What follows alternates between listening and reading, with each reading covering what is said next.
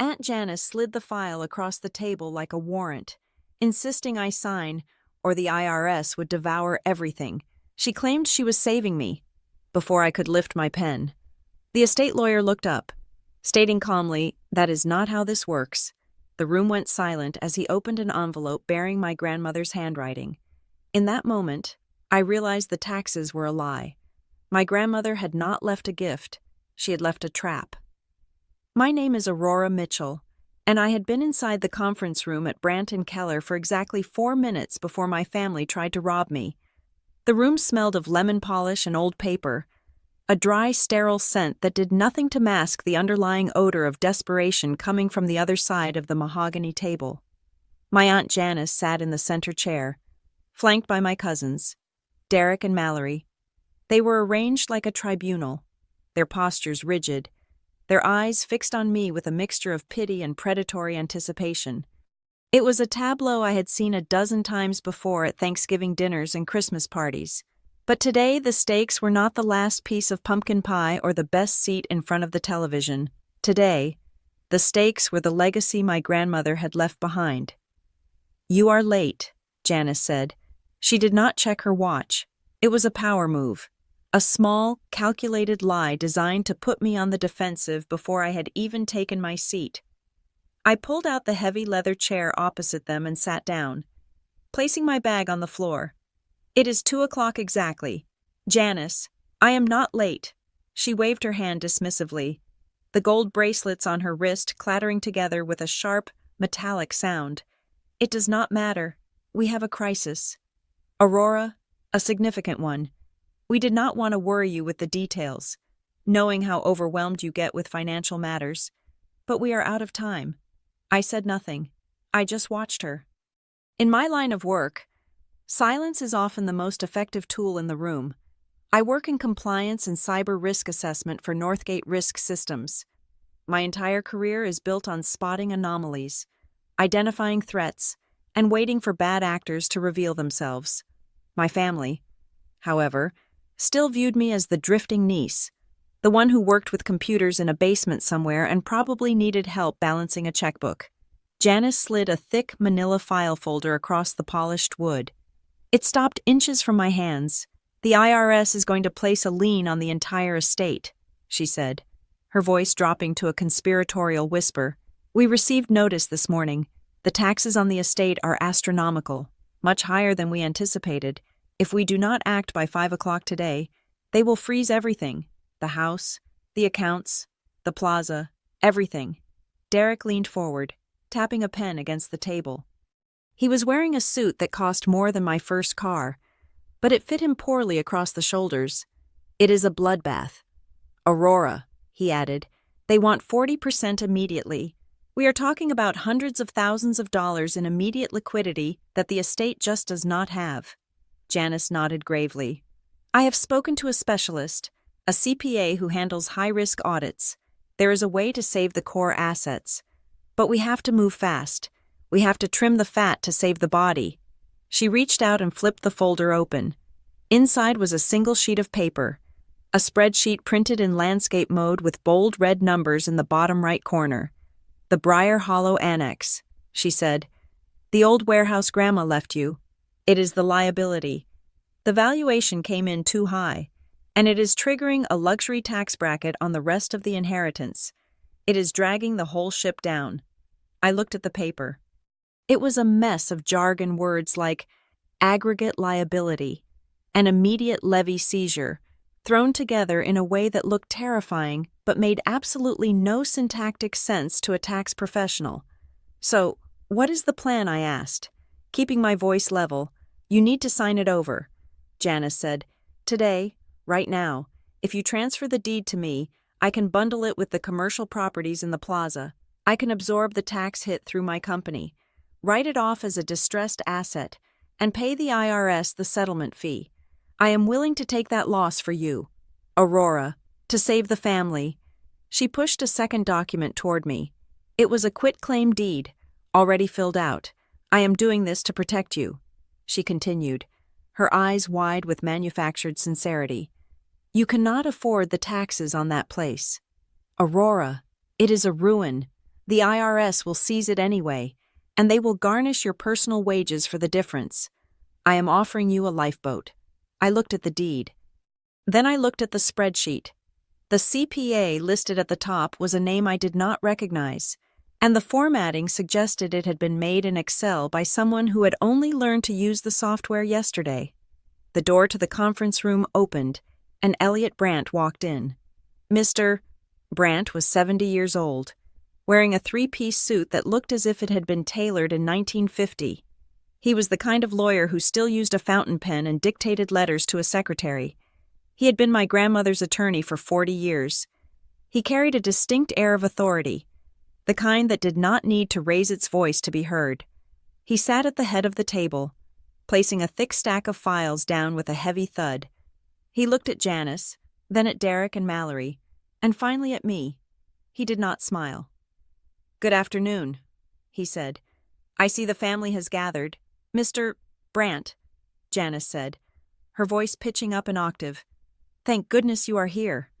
We were just explaining the tax emergency to Aurora. We need to execute a transfer of the annex immediately to stop the IRS lien. I have the paperwork ready." Brandt frowned. He reached over and took the spreadsheet from in front of me. He put on his reading glasses, wire-rimmed and perched on the end of his nose, and scanned the document. The room was silent for 10 seconds. It felt like 10 years. Then, he looked at the quitclaim deed. He read the header, the property description, and the clause where I would surrender all rights for the sum of $1. He took his glasses off and set them on the table. "This is not how this works," he said. The sentence hung in the air, flat and heavy. "Excuse me," Janice said, her smile faltering for a fraction of a second. "This," Brandt said, tapping a finger on the spreadsheet, "this is gibberish." Janice stiffened. "I beg your pardon. That was prepared by a certified public accountant. It was prepared by a fool," Brandt replied. "There is no such thing as a luxury bracket trigger based on a single asset's valuation in the state of Pennsylvania. Estate taxes are calculated on the total gross estate, minus deductions. Furthermore, the IRS does not issue liens via email threats with a 5 o'clock deadline like a kidnapper in a bad movie. They send certified mail, and the process takes months, usually years." He slid the paper back toward her with a look of mild disgust. "And even if there were a tax liability," Brandt continued, his voice hardening, "the estate pays it. The executor liquidates cash reserves or sells assets at fair market value to cover the debt. The beneficiary does not gift real estate to an aunt to avoid a tax bill. That is called fraud, Janice, or at the very best, tax evasion. If you filed this, you would go to prison." Janice's face flushed a deep, blotchy red. She shifted in her seat, smoothing her skirt. "Well, perhaps the terminology is simplified. I asked him to make it understandable for Aurora. You know she does not understand these things. She is not a business person. Elliot, she works in... What is it you do?" "Dear Tech Support." She looked at me with that pitying expression again. "I am just trying to help her. If she keeps that building, the upkeep alone will bankrupt her. I am offering to take the burden off her shoulders." Brandt ignored the jab at my career. He turned his chair slightly to face her fully. "You are offering to take a property off her hands for $1. Property that she owns free and clear. It is for the family trust," Janice snapped, her mask slipping. "It belongs to the family. It should be managed by the executor. I am just trying to consolidate the holdings so we can manage the overhead." Brandt sighed. He looked tired. He opened the thick file he had brought with him. "That brings us to the next point," he said. "You are not the executor. Janice." The silence that followed this statement was profound. Derek stopped tapping his pen. Mallory looked up from her phone for the first time. Janice looked as if she had been slapped. "What did you say?" she whispered. "I am the eldest," Janice said, her voice rising. "I have been running Mother's affairs for the last 5 years. I have power of attorney. You had power of attorney," Brandt corrected. "That power ceased the moment your mother's heart stopped beating. As for the executor, the last will and testament names the First Keystone Bank's trust department as the independent executor. Your mother updated it 6 months ago." 6 months," Janice repeated. the color draining from her face. That is impossible. She would have told me. She did not tell you, Brant said, because she did not want you to know. He pulled a document from the file, and regarding the Briar Hollow Annex, you seem to be under the impression that it is part of the chaotic general estate, or the family trust. It is not. He adjusted a paper clip, his movements deliberate and slow. Your mother deeded the Briar Hollow Annex to Aurora 3 years ago. It was a direct transfer. The deed was recorded. The taxes have been paid annually by your mother on Aurora's behalf as a gift, and the title is currently held in a single-member LLC named AM Holdings. The estate does not own it. The trust does not own it. You cannot use it to pay estate taxes because it is not part of the estate. It is private property. Brant looked at me then. It was the first time he had made direct eye contact with me since the explanation began. Aurora, he said, you do not have to sign anything. In fact, I would advise you to burn that quitclaim deed. I sat there, feeling the weight of the moment settling onto my shoulders. I looked at Janice. She was trembling. It was not sorrow. It was rage. She had walked into this room convinced she was the smartest person at the table, convinced that she could bully me into handing over my inheritance before the body was even cold. She had brought a fake spreadsheet. She had lied about the IRS. She had tried to steal from me in front of a witness. But here's the thing, I was not surprised. When I looked at her, I did not see a grieving daughter. I saw a desperate woman who had just realized that her cash cow was gone. I saw the panic behind her eyes, and I remembered the last conversation I had with my grandmother.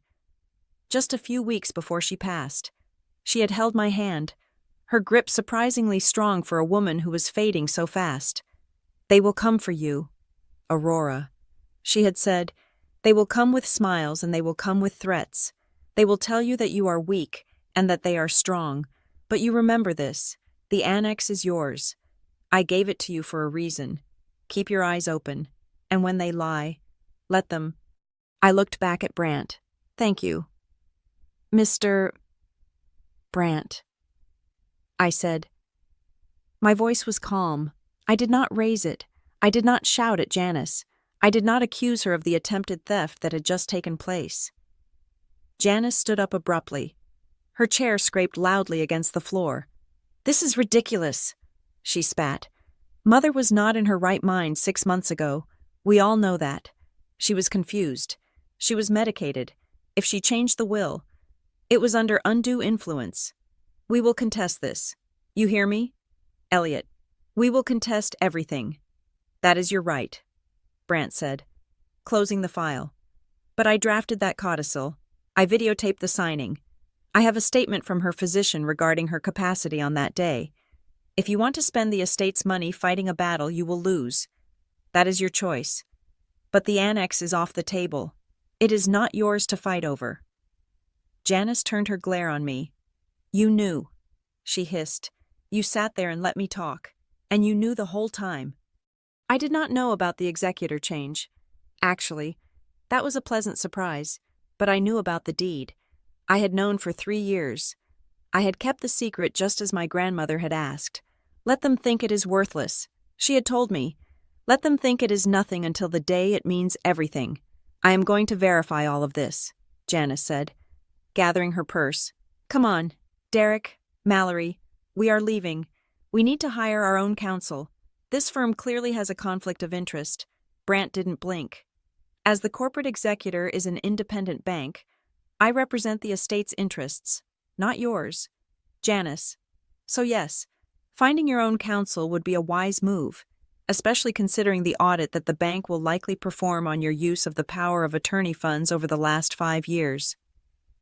Janice froze at the door. Her back went rigid. For a second, she looked like a deer caught in the headlights of a semi-truck. She did not turn around. She just pushed the door open and marched out. Derek scrambled after her, shooting me one last dirty look.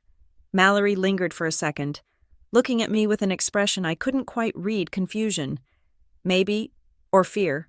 Then she followed them, the heavy door clicking shut behind her. The room was quiet again. Brant took a deep breath and exhaled slowly. He looked at me, and for the first time, His professional mask softened just a fraction. Your grandmother was a remarkable woman. Aurora, he said. Yes, she was, I replied. He reached into his briefcase and pulled out a smaller, cream-colored envelope. It was sealed with wax, old-fashioned and dramatic, exactly like something she would do. She left this for you, he said. She gave me specific instructions. I was to give this to you only if the family attempted to seize the annex immediately following the reading of the will. I took the envelope. My name was written on the front in her shaky, spidery script. If they had been kind, Brant said, staring at the door where Janice had just exited, if they had been fair, you would never have seen this letter. But she knew they wouldn't be. I said. Brant nodded. She knew. I held the letter in my hands. I did not open it yet. I didn't need to. The weight of it told me everything. This wasn't just a letter. It was a map. My grandmother hadn't just left me a piece of property. She had left me a weapon, and she had timed the detonation perfectly. Janice thought she was playing a game of checkers where she could flip the board if she was losing. She didn't realize that my grandmother had been playing three-dimensional chess for the last decade of her life. I stood up. Thank you. Mr. Brant? He stood as well and shook my hand. Be careful. Aurora, your aunt is, well, you saw her. She is not going to stop. She has liabilities she hasn't disclosed. I can see it in the paperwork she tried to pass off today. Desperate people do dangerous things. I know, I said, slinging my bag over my shoulder. I walked out of the office and into the cool autumn air of Cedar Ridge. The sky was a bruised purple, the sun setting behind the skyline. My phone buzzed in my pocket. A text from Janice. This isn't over. You are making a mistake. I can still save you if you sign. I looked at the message and deleted it. She was right about one thing. It wasn't over. It had just begun. But she was wrong about who needed saving. Janice wasn't trying to pull me onto the lifeboat. She was trying to stand on my shoulders to keep her own head above water. I got into my car, a sensible 4-year-old sedan that Derek had sneered at in the parking lot, and placed the letter on the passenger seat. I would go to the annex tonight. I would sit in the dark of that old warehouse, surrounded by the hum of my servers and the blinking lights of the life I had built in secret, and I would read what she had to say. I put the car in drive. The rearview mirror showed the law office shrinking behind me, but I wasn't looking back. I was looking forward, to the war that had just been declared, and for the first time in my life, I didn't feel like the victim. I felt like the one holding the match. The drive from the law office to the Briar Hollow Annex took 20 minutes, winding through the upscale suburbs of Cedar Ridge where my family lived, down into the industrial rust belt that hugged the river. As the manicured lawns gave way to cracked pavement and chain-link fences, I felt the familiar tightening in my chest loosen. This was the landscape of my exile, the place where my family thought I had landed because I was not smart enough or ambitious enough to stay on the hill. They were wrong. Of course, I had not landed here. I had dug in here, for as long as I could remember. The Mitchell family narrative had been written in bold, gold-plated font, and I was the typo they tried to ignore. In a family of peacocks, I was the gray moth on the wall. They tolerated me at holidays, mostly because it made them feel benevolent to have the poor relation at the table. I remembered the barbecue last 4th of July, just 3 months before my grandmother died. It was the perfect encapsulation of our dynamic. My cousin Derek had just leased a new convertible, a sleek German machine that he had parked on the grass, practically touching the picnic table so no one could miss it. He was holding a beer, leaning against the hood, holding court. It does 0 to 60 in under 4 seconds. Derek had bragged, his voice carrying across the yard. I am telling you, real estate is booming. I closed 3 deals this month. 3? That is just how you grind. Mallory was nearby, nodding aggressively. She ran a boutique realty firm that mostly sold overpriced condos to retirees. She was wearing a sundress that probably cost more than my monthly rent, scrolling through her phone with manic energy. You have to spend money to make money, she had chimed in. Speaking of which, Aurora, are you still doing that computer thing? What is it again? Tech support? I had been sitting on the edge of the patio, nursing an iced tea, I worked for Northgate Risk Systems. It was a boutique firm that handled high-level compliance auditing and cyber risk mitigation for Fortune 500 companies. When a bank needed to know if their new payment gateway had a backdoor, they called us. When a healthcare provider needed to secure patient data against ransomware, they called me. I spent my days hunting invisible predators in the digital undergrowth. It was high stress, high stakes, and incredibly lucrative. But to my family, I was just the girl who could fix their printer if they yelled loud enough. I am in risk management, I had said quietly. Derek had laughed. A short, barking sound. Risk management. That sounds like a fancy way of saying you install antivirus software. Look, if you ever want a real job, let me know. I know a guy who manages an IT help desk at the hospital. It is steady work. Might even get you benefits. I had smiled. A tight, thin thing. Thanks. Derek, I will keep that in mind. I never told them.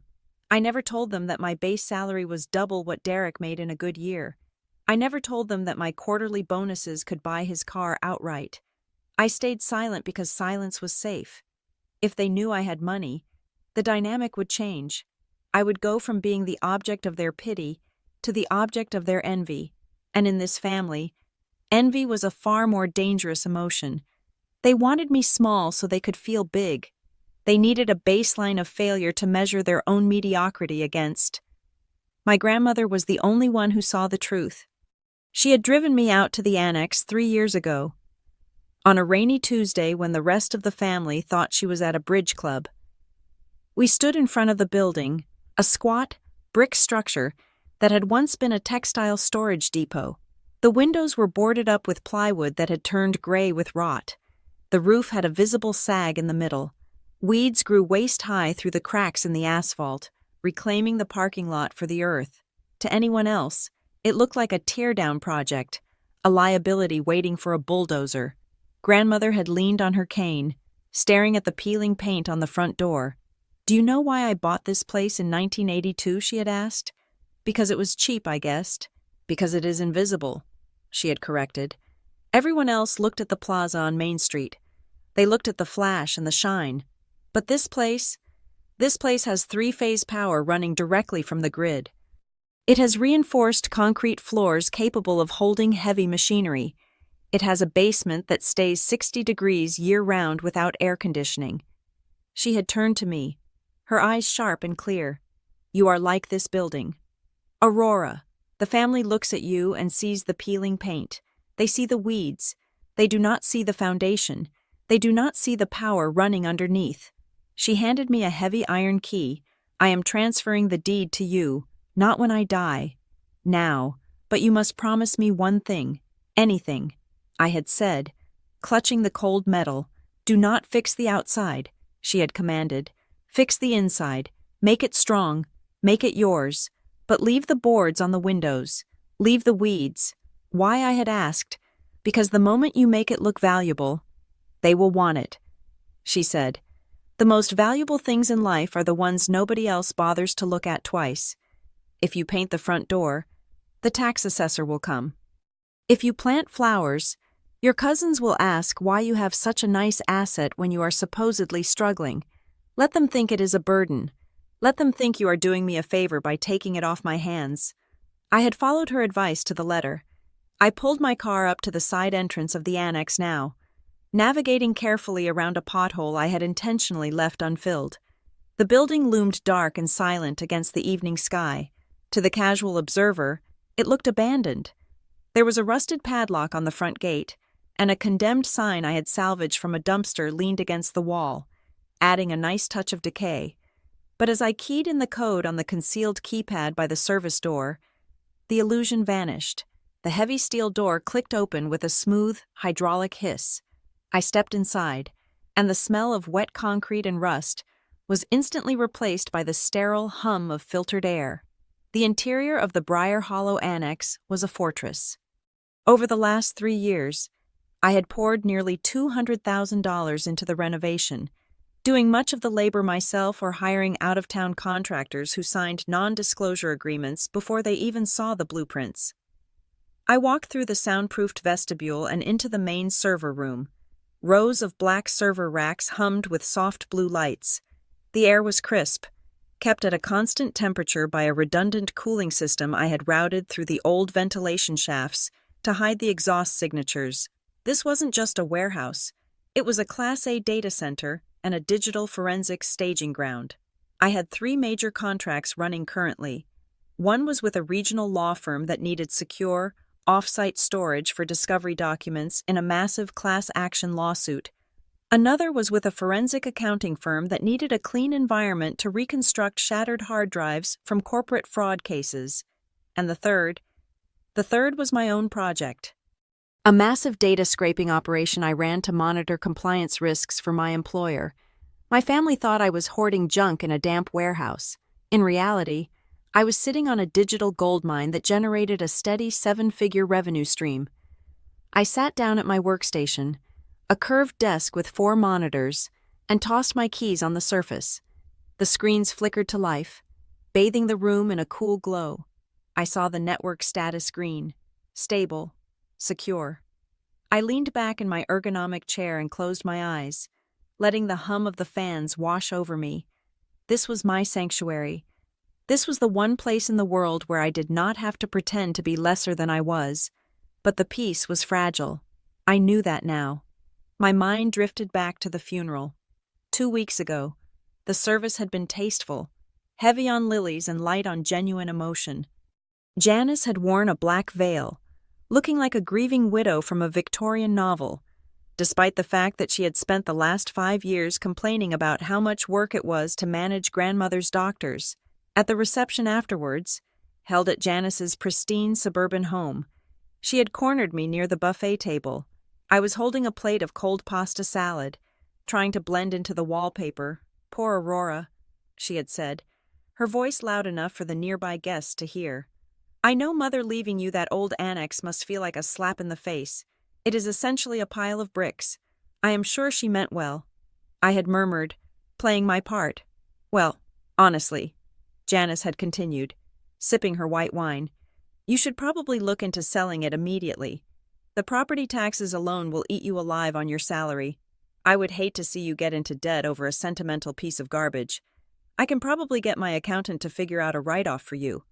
Maybe we can bundle it into the estate just to get it off your hands." I remember nodding, looking down at my shoes. "I will think about it." Aunt Janice, that was the seed. She had planted it right there, over cold pasta and cheap wine. She had been testing the waters, seeing if I was desperate, seeing if I was stupid.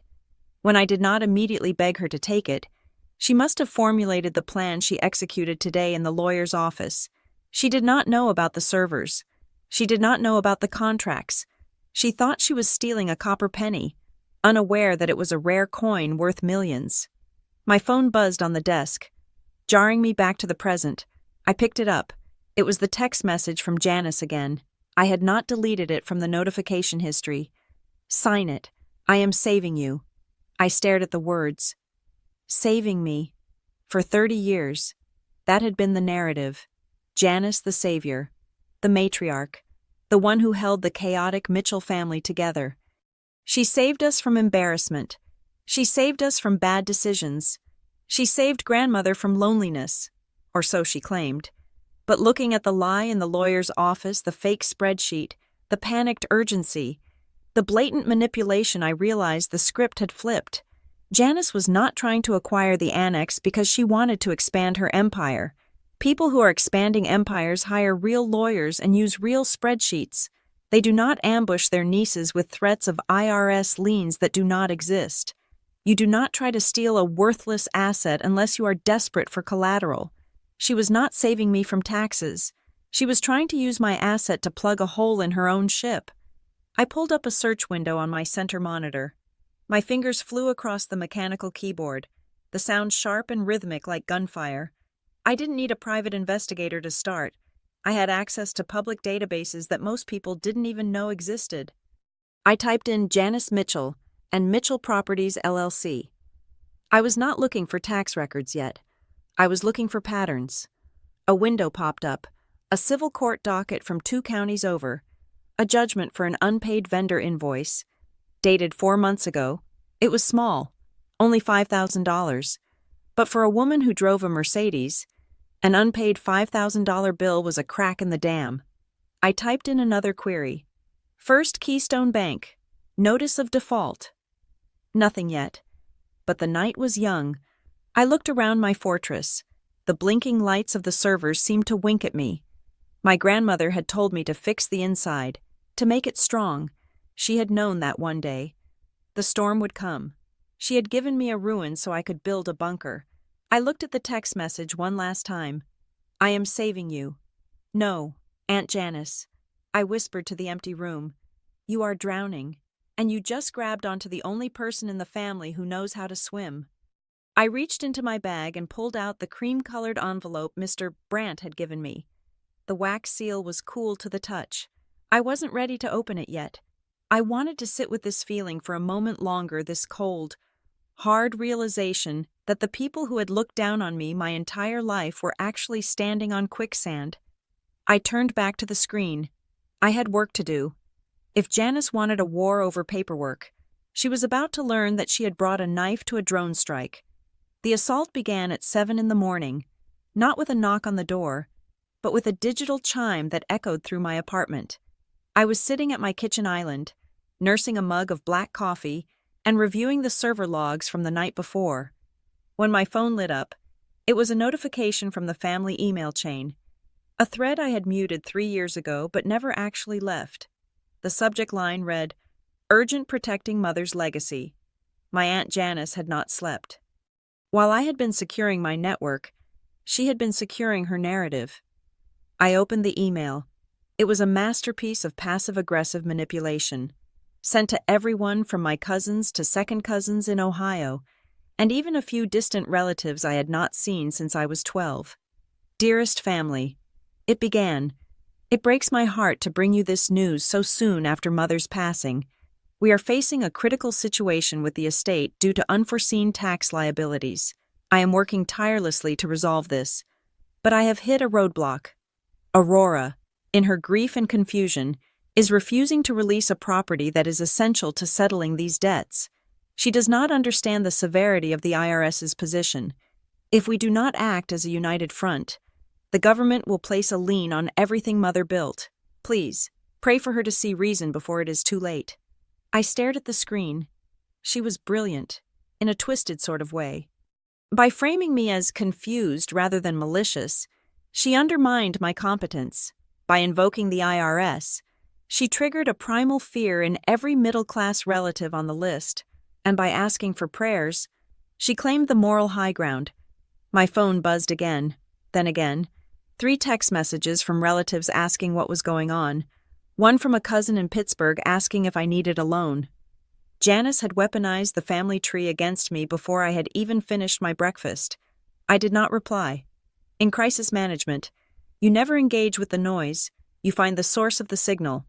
At 9 o'clock, the second wave hit. My phone rang, displaying an unknown number. I usually let these go to voicemail, but my instinct told me this was part of the campaign. I pressed the record button on my external capture device, a habit from my line of work, and answered. This is Aurora. I said, Ms. Mitchell, this is Arthur Davis. A voice boomed. It was deep, harsh, and sounded like it was being projected from the bottom of a barrel. I am the CPA retained by your aunt, Janice Mitchell. We need to discuss the asset transfer immediately. I leaned back in my chair. Mr. Davis, I do not recall seeing your name on any engagement letters from the estate. We do not have time for bureaucracy, he snapped. I have the paperwork on my desk right now. If you do not sign the quitclaim by noon, my firm will be forced to file a preliminary tax evasion notice with the district office. We will freeze your personal accounts. Ms. Mitchell, we will garnish your wages. Do you want a federal mark on your employment record? I paused. The terminology was all wrong. A CPA does not file a tax evasion notice. The IRS conducts audits. They do not take orders from private accountants to freeze accounts on a whim, and federal mark on your employment record sounded like a line from a bad television drama. Mr. Davis, I said, keeping my voice flat. Which district office are you filing with? The one in Philadelphia or the field office in Harrisburg? And what is your practitioner tax identification number? I would like to verify your standing before we proceed. There was a silence on the other end, a long, heavy pause where I could practically hear him blinking. Look, lady, he growled, dropping the professional facade entirely. You are playing with fire. Just sign the papers your aunt sent you. He hung up. I saved the recording. This was not a professional. This was a scare tactic, a clumsy attempt to bully me into submission, but it worried me. Not because I was scared of the fake CPA, but because it showed me how far Janice was willing to go. She was bringing outsiders into this. I needed armor, real armor. I called Nora Baines. Nora was not an estate lawyer like Mr. Brandt. Brandt was a gentleman who believed in the sanctity of wills. Nora was a property shark who specialized in contested probate and hostile real estate litigation. She was 35, razor sharp, and had a reputation for shredding opponents with paper cuts. I met her at her office an hour later. I brought everything the tax spreadsheet Janice had given me, the email printout, and the recording of the phone call. Nora listened to the recording, her eyebrows climbing higher with every second. When it finished, she let out a low whistle. That is actionable, she said, impersonating a tax official or misrepresenting legal authority to coerce a property transfer. We could file a harassment suit right now. Not yet, I said. I do not want to sue her yet. I want to know what she's actually doing. She keeps saying taxes. She is obsessed with it. Nora pulled the spreadsheet toward her. She scanned it, her eyes narrowing behind her glasses. This is nonsense. Aurora, look, Pennsylvania has an inheritance tax. Yes. For a grandchild, the rate is 4.5%. For a child like Janice, it is 4.5%. For a sibling, it is 12%.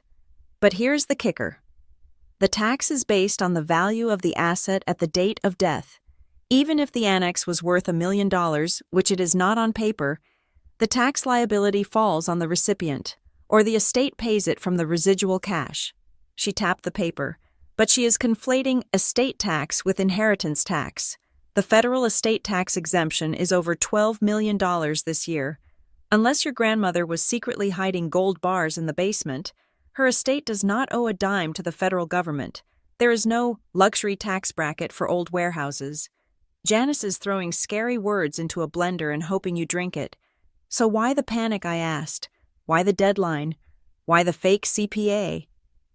Nora leaned forward, clasping her hands. Panic usually comes from two places. Aurora. 1, she believes her own lies, which suggests she is incompetent. Or 2, she needs that property for something else, and taxes is the only story she thinks will sell to the family. She looked at the email printout again. She mentions a lien 3 times in this email. Nora noted, and she mentioned it in the lawyer's office. According to you, the IRS will place a lien. It is a specific fear. I said, exactly. Most people say audit or fine. A lien is a specific legal mechanism for debt collection. It is what happens when you have already lost the argument and you are refusing to pay. People tend to project their own nightmares onto others.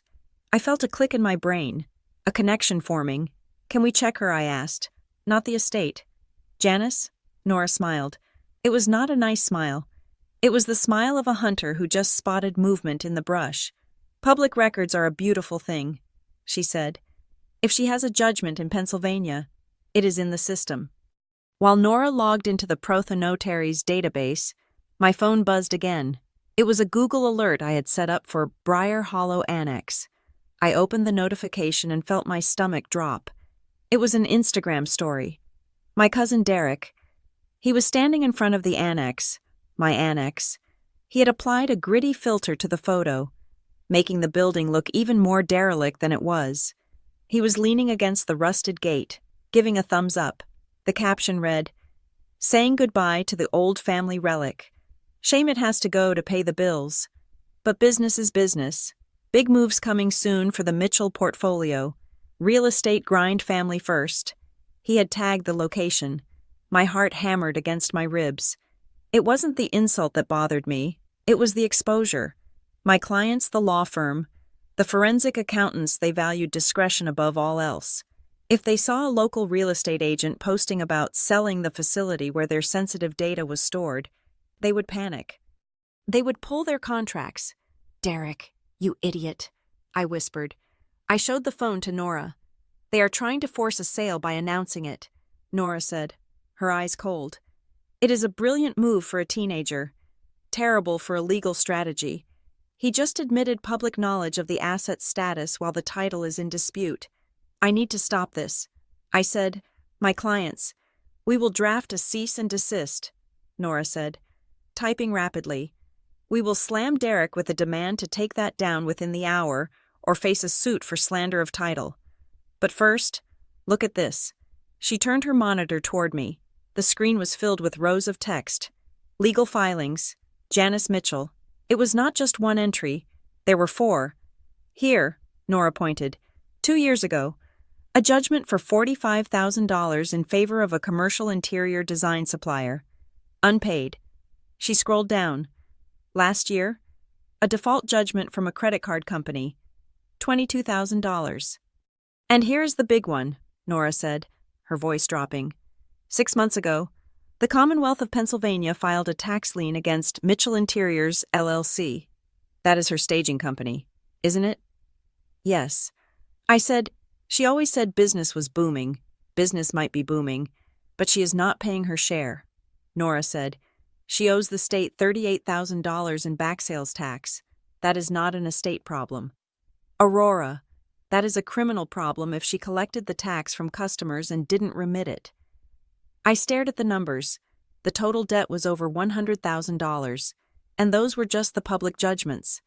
If she was defaulting on vendors in the state, her credit cards and private loans were probably maxed out.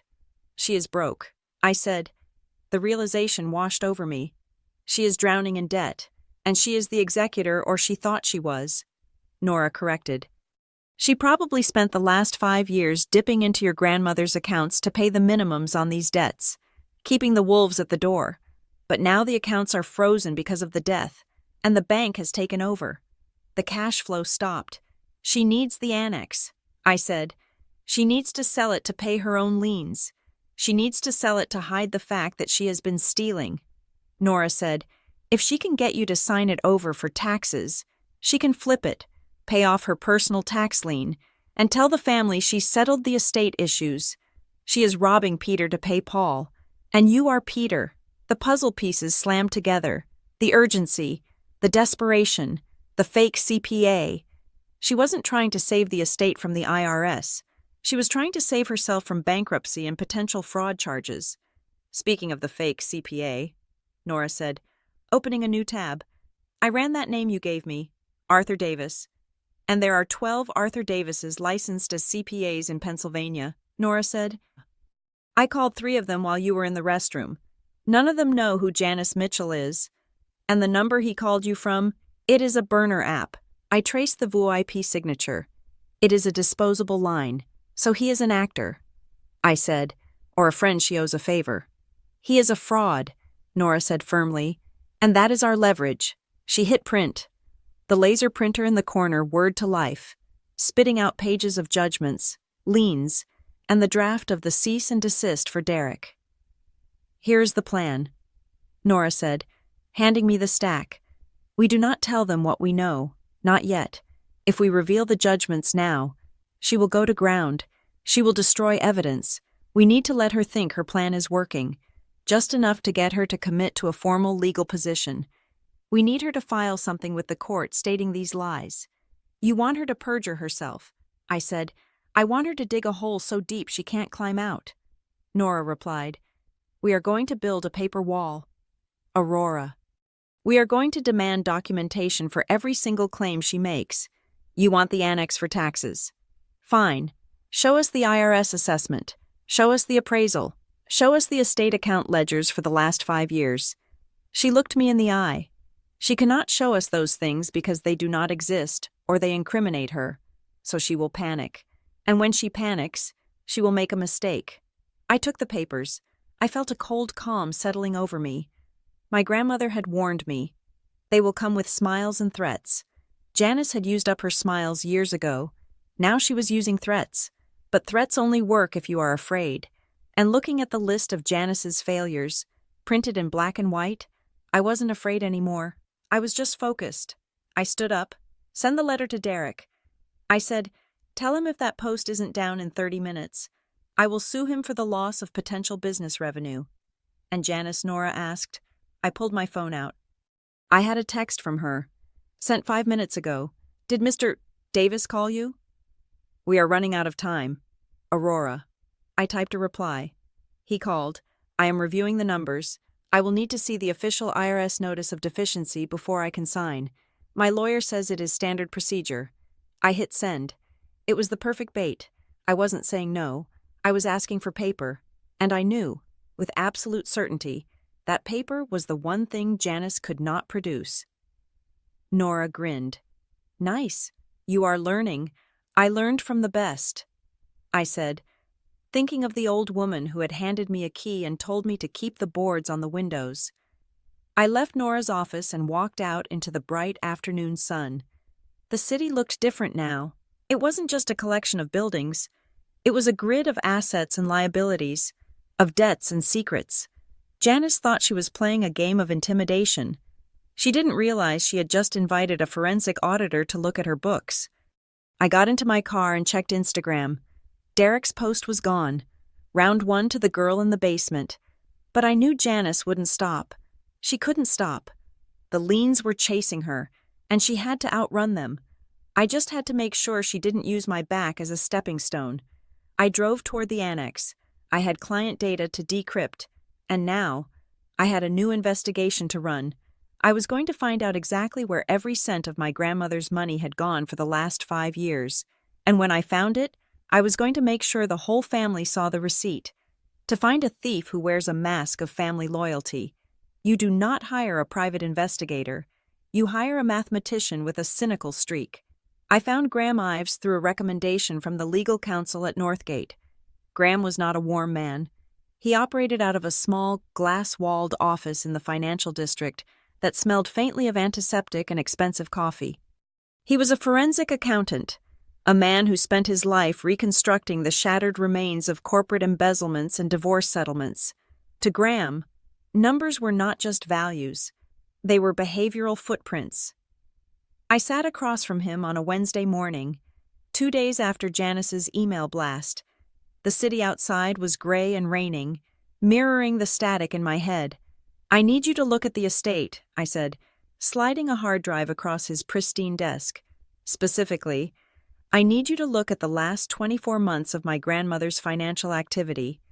My lawyer, Nora, subpoenaed the bank records as part of the discovery for the executor challenge. We have the raw data. I need you to find the story. Graham picked up the drive. He did not ask how I felt about my grandmother. He did not offer condolences. He simply asked, what is the hypothesis? My hypothesis is that the estate is cash poor because the money did not vanish. It migrated. Graham nodded once, plugged the drive into his air-gap terminal, and began to type. His hourly rate was $450, and looking at the speed of his fingers, I knew he was worth every cent. We spent the next 6 hours in that room. It was not like the movies. There were no dramatic gasps or sudden musical swells. It was a slow, grinding process of cross-referencing ledger entries with vendor codes. Graham built a pivot table on the main screen, filtering transactions by frequency and recipient. At 2 o'clock in the afternoon, Graham stopped typing. He took a sip of his lukewarm water and pointed a laser pointer at a cluster of rows highlighted in yellow. Here is your migration pattern, he said. I leaned in. The screen showed a series of withdrawals starting 18 months ago. They were not large enough to trigger automatic federal reporting, mostly under $9,000, but they were consistent, every month, on the 3rd and the 17th. The description for these transactions was vague: professional services, consulting or support maintenance. Who is the vendor? I asked. Graham clicked a cell. The routing number traces back to a business account at a regional credit union. The account holder is listed as JM Design and Staging. My stomach turned over. That was Janice's company. I did the math in my head. 18 months, 2 payments a month. averaging $4,000 each. That was nearly $150,000 siphoned out of my grandmother's liquidity before she even died. She was paying herself. I whispered. Graham pulled up a second document. This was the preliminary expense report Janice had filed with the probate court before Mr. Brandt had stopped her. In the notes section, she had justified similar withdrawals as caregiving stipends and home management fees. Graham adjusted his glasses. There is a problem with her narrative. If these were caregiving expenses, they should be classified as W-2 wages or paid to a medical agency. If they are reimbursements for expenses, there should be receipts matching the amounts. But these are round numbers: 4,000 flat, 3,500 flat. Life does not happen in round numbers. Aurora, expenses have cents. Fraud has round numbers. He typed another command, and a graph appeared. It showed my grandmother's ending monthly balance dropping like a stone, inversely proportional to the deposits appearing in Janice's business timeline, which Graham had inferred from the outgoing transfers. This is not reimbursement, Graham stated flatly. This is income. She was treating your grandmother like a client who does not check the invoices. I stared at the screen, and suddenly, a memory from last Christmas hit me hard enough to make me wince. I had gone to visit grandmother at the big house. She had been sitting in the sunroom, surrounded by piles of mail. She looked frail, her hands shaking as she tried to open an envelope. Aurora, she had said, her voice trembling. I cannot find my bank statement. I wanted to see if the dividend check came in, but Janice says they went digital. She says she changed the password for me because I kept forgetting it. I remembered my reaction. I had been busy. I had a deadline at work. I had patted her hand and said, "That is probably for the best. Grandma, passwords are tricky. Janice is just helping you stay organized." I had dismissed her fear as confusion. I had handed the keys to the thief because I was too busy to check the locks. Guilt is a cold thing. It settled in my gut, heavy and sharp.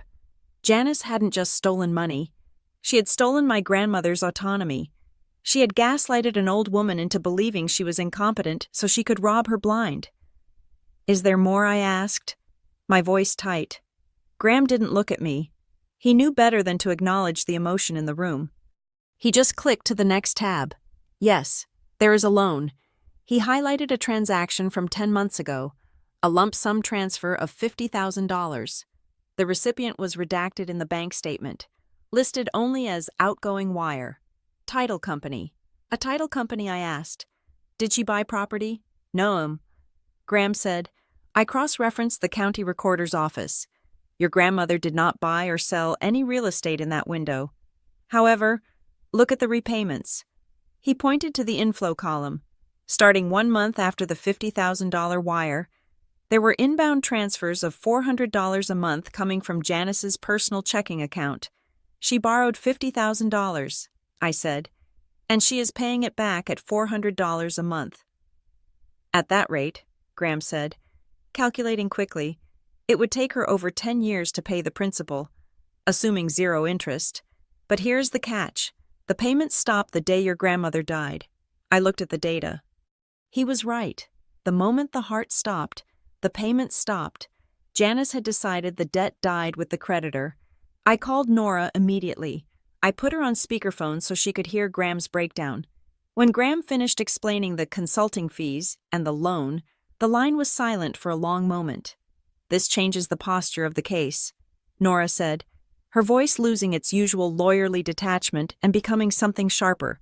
We are moving out of civil dispute territory. This is statutory elder financial exploitation.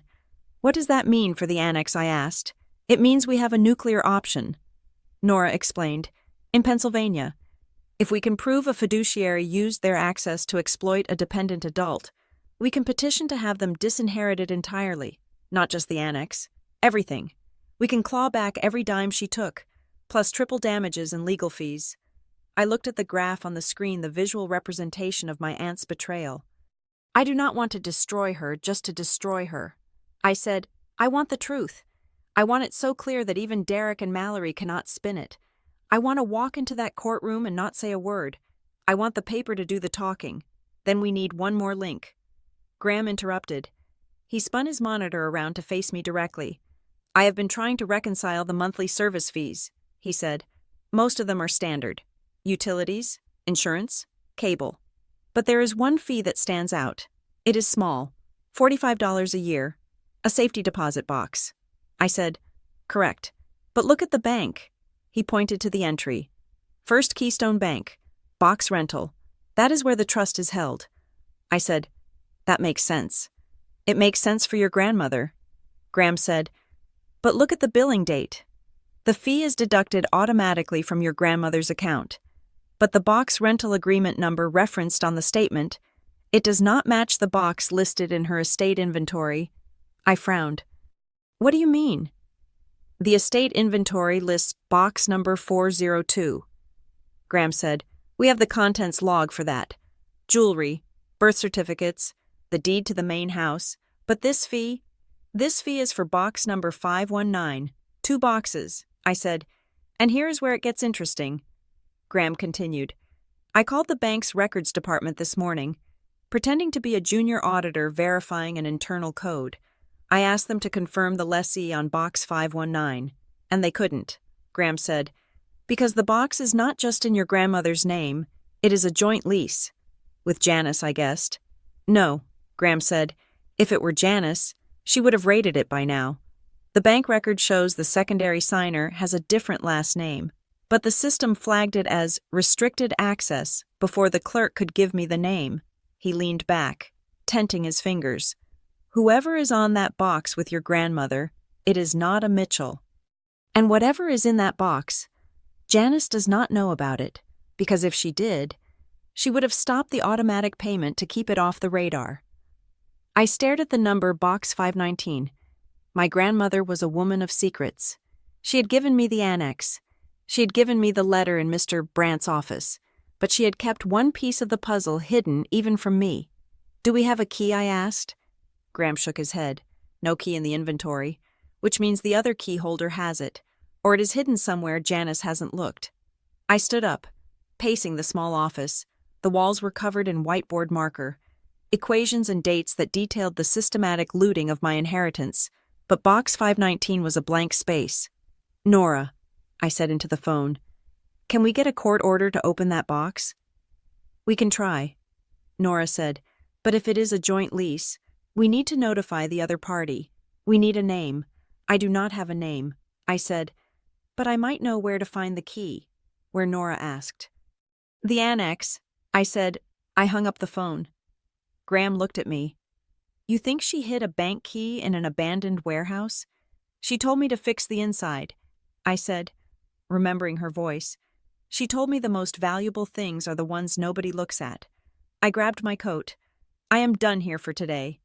Graham, keep digging. If you find a single transaction that bought a pair of shoes or a vacation, I want it flagged.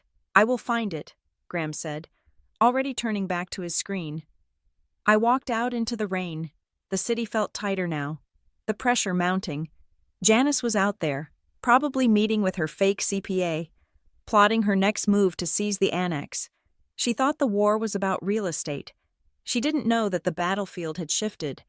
I drove toward the annex, my mind racing. If there was a key, it wouldn't be in a drawer. It wouldn't be under a mat. My grandmother was smarter than that. As I pulled into the lot, the rain lashed against the windshield, blurring the world into gray streaks. I parked the car and ran for the side door, the code already on my lips. I stepped into the cool, humming silence of the server room. I didn't go to my computer. I went to the back wall, to the original breaker box from 1982. When I had renovated the place, I had left the old electrical panel in place, bypassing it with modern conduits, but keeping the rusted metal cabinet as a relic. It was ugly. It was covered in warning stickers. It was exactly the kind of thing Janice would never touch, because she would be afraid of getting her hands dirty. I opened the panel. Wires, long since disconnected, hung like dead vines. But there, taped to the inside of the metal door with a piece of yellowing masking tape, was a small, silver envelope. I peeled it off. The tape was dry and brittle. It crunched under my fingers. I opened the envelope. Inside was a key. It was stamped with the First Keystone Bank logo and the number 519, and wrapped around the key was a small slip of paper. It wasn't a note. It was a receipt. A receipt for a consultation with a law firm I had never heard of.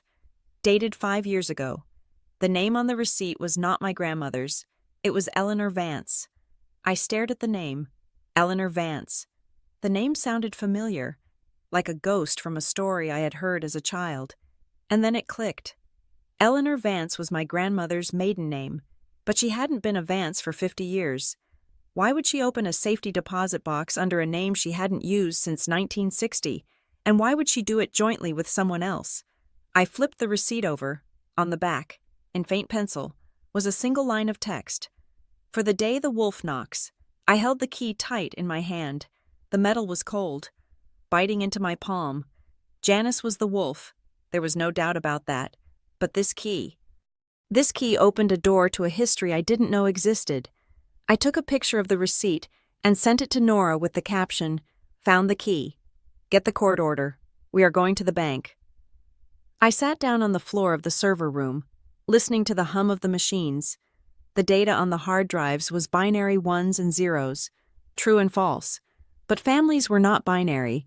They were analog, messy, full of static and distortion. Janice wanted a fight about taxes.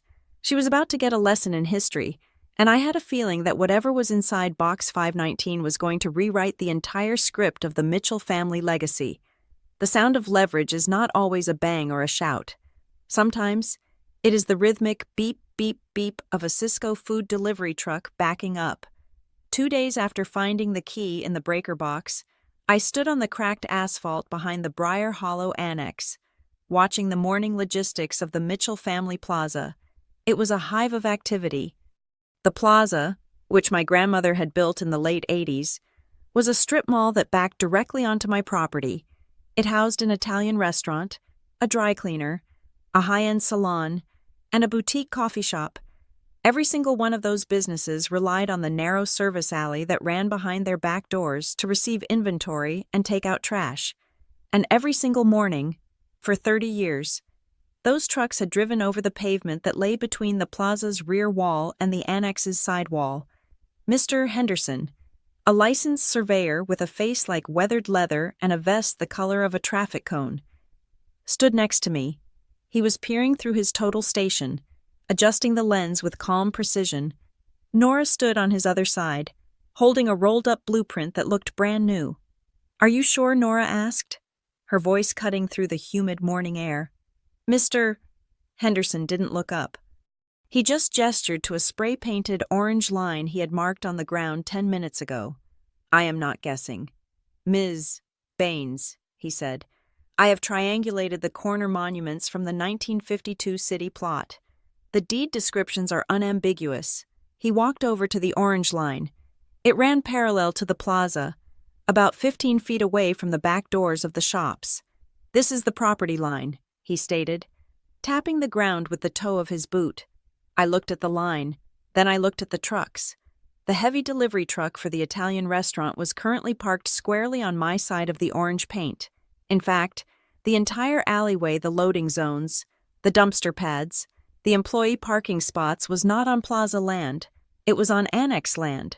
For 3 decades, the Mitchell family plaza had been encroaching on the Briar Hollow Annex by nearly 20 feet. They built the plaza right up to the edge of their legal boundary. I realized, speaking aloud, they maximized their square footage for the tenants and just assumed they could use the annex's land for logistics. Nora nodded, a sharp glint in her eyes. "It is worse than that.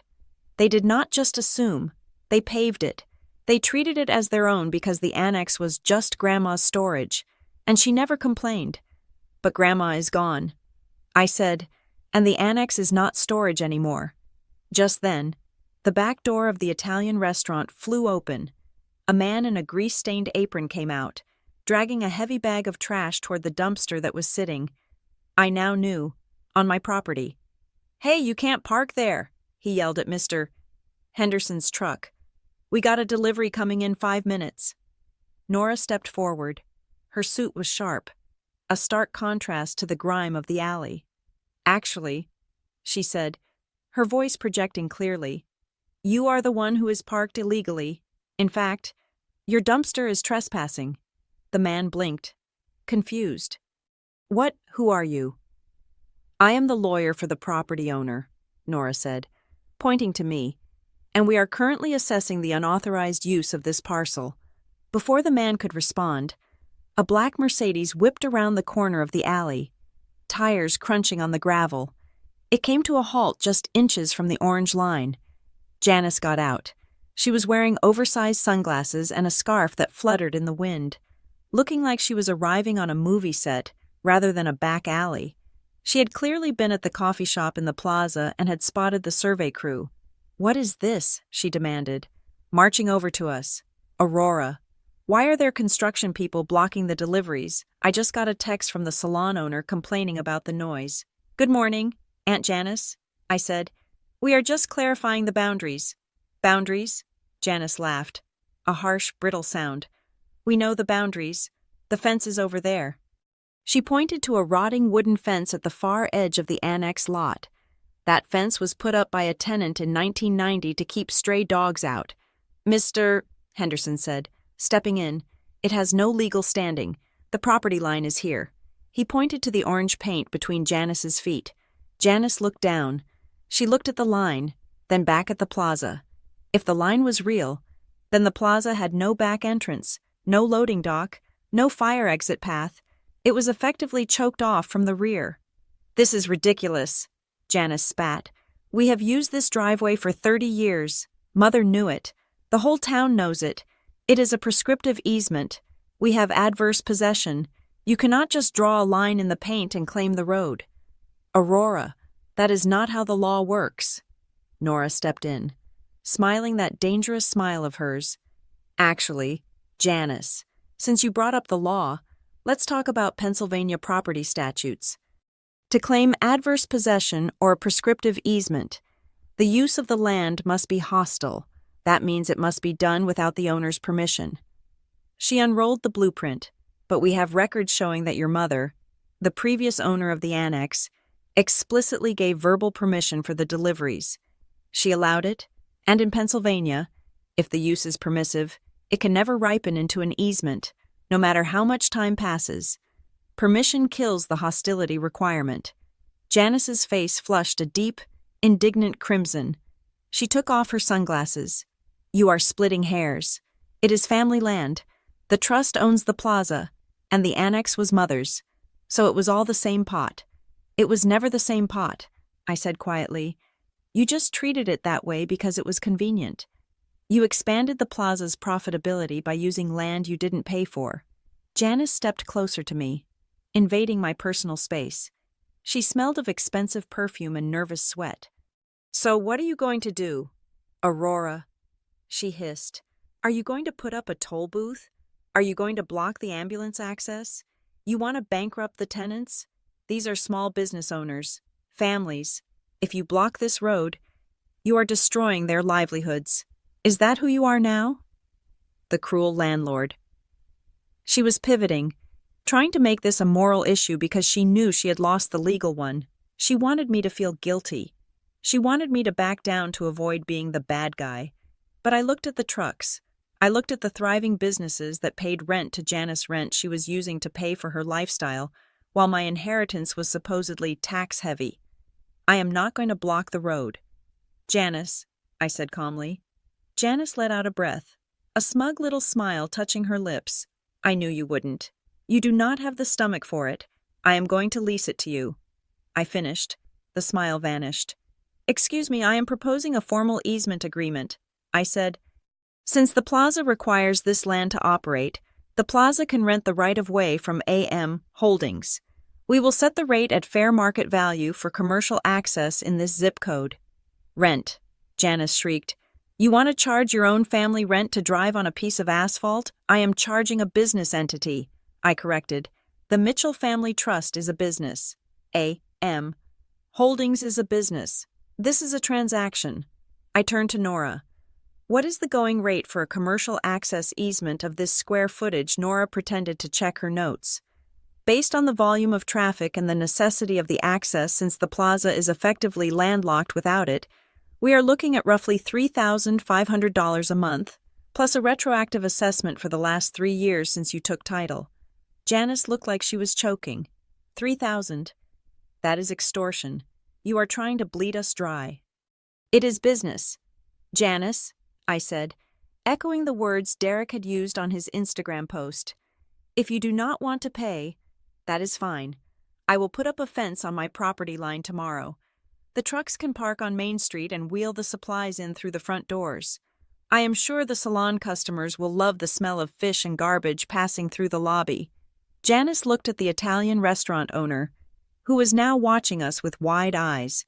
She realized the position she was in. If the tenants found out she had lost their loading zone, they would sue her for breach of lease. You are a monster, she whispered. Mother would be ashamed of you. Stop, I said. My voice was hard now. Do not bring her into this. If she were here, she would ask why you have been collecting rent on a parking lot you do not own. Janice spun around, furious. I am not signing anything I'm going to call the city. This alley is a public utility access. You cannot block it. I have permits. Nora and I exchanged a look. Janice had just stepped on the landmine. Permits? Nora asked sweetly. What permits? Janice stopped. She realized she had said too much, but her anger was driving the car now. I repaved this alley last year, she shouted. I pulled the permits for the drainage repair. The city approved it. It is on record. She got into her car and slammed the door.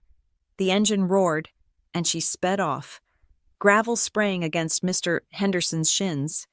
Mr. Henderson dusted off his pants.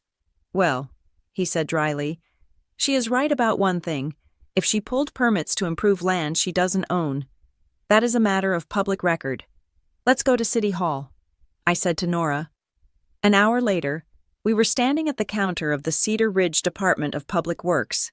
The clerk, a tired-looking woman named Brenda, pulled up the file for the alleyway repairs. Here it is, Brenda said, turning the screen so we could see. Permit application dated last August. Applicant Janice Mitchell. Executor. Owner, Mitchell Family Trust. Nora took a picture of the screen. There it is, Nora said. She signed a sworn affidavit stating the trust owned the land so she could authorize the repairs.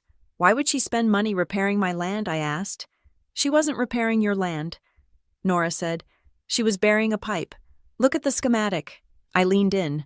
The permit wasn't just for paving. It was for connecting a drainage line from the plaza's grease trap into the main sewer line, a line that ran directly under the annex's property. She didn't want to pay for a new easement or get your permission, so she just forged the ownership status. Nora said, that is fraud. Aurora. Falsifying municipal documents. Just then, Brenda frowned. Wait a minute. This system has a flag on it. What kind of flag? I asked. The system just updated with the survey data you guys filed this morning. Brenda said, it shows a conflict. The permit says trust, but the GIS map says Mitchell, Aurora. She looked up at us. If the ownership is contested, the city has to issue a stop order on the use of the infrastructure until it is resolved. I have to send a notice of violation to the applicant. Please do. Nora said. As we walked out of City Hall, I felt a strange mixture of victory and sadness. Janice had built her entire operation on shortcuts. She had cut corners on taxes, cut corners on ownership, and cut corners on the truth. She had assumed that because I was quiet, I was blind. I drove back to the annex alone. I needed to think. The fair market offer was still on the table, but I knew Janice wouldn't take it. Her pride was too expensive. I went into the server room and sat at my desk. I opened the drawer where I kept the physical files for the building. I wanted to see the original survey my grandmother had given me when she handed over the deed. I pulled out the yellowing parchment. It was a survey from 1982. Hand-drawn in blue ink. I scanned the lines. There it was, the same boundary Mr. Henderson had found. But there was something else. In the margin, in my grandmother's distinctive handwriting, was a note written in red pen. To Janice, you may use the back road for the trucks, but do not pave it. Easement is permission, not a right. If you forget this, The road closes. I stared at the note. Grandmother had known. She had had this conversation with Janice 30 years ago. She had explicitly warned her. Janice hadn't just forgotten. She had ignored the warning because she thought the old woman was too weak to enforce it. And then, lower down on the page, another note. Aurora. One day. She will say it is hers. Show her this. I traced the letters with my finger. My grandmother hadn't just left me a building. She had left me a chronicle of Janice's greed. She had known that Janice would eventually try to consume everything, and she had left bear traps in the grass, waiting for the moment Janice stepped too far. My phone buzzed. It was an email from Janice. Subject unacceptable. Aurora, your little stunt with the surveyor has upset the tenants. I am willing to offer you $500 a month for the road use. That is more than generous. Do not push me. The family is watching. I laughed. It was a dry, hollow sound. She was still trying to negotiate from a position of power she didn't have. I didn't reply. Instead, I scanned the old survey with the handwritten notes. I attached it to a draft email to Nora. Subject evidence of permissive use. Nora. File this with the response to her prescriptive easement claim. She was warned 30 years ago. I hit send. The trucks outside were still rumbling, but the sound was different now. It wasn't the sound of commerce rolling over me. It was the sound of tenants driving on a road that I controlled. I had the choke point. I had the fraud evidence. And thanks to Box 519, I had the key to something even bigger. The timeline was accelerating. Janice was fighting on 3 fronts now: the tax lie, the land dispute, and the looming exposure of her theft. She was running out of oxygen, and I was just starting to breathe.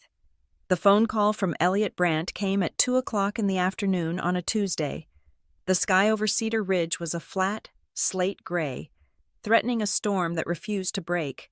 I was in the middle of running a diagnostic on a corrupted server drive for a client, watching lines of code cascade down my monitor like green rain. When the device buzzed against the desk, Mr. Brandt did not exchange pleasantries. "Aurora," he said, his voice carrying the gravity of a judge delivering a verdict. "You need to come to my office. The condition has been met." "What condition?" I asked, pausing the diagnostic. "The interference condition," he replied. "Your aunt filed a formal petition this morning regarding the Briar Hollow Annex. She has officially put her claim on the record. That opens the second envelope." I felt a chill that had nothing to do with the air conditioning in the server room. It was a sensation of being watched, of realizing that a hand from the past was reaching out to move a piece on the board. "I will be there in 20 minutes, I said. When I arrived at Brandt and Keller, the atmosphere was different from the last time. There were no family members posturing in the conference room. There was no fake sympathy or aggressive perfume.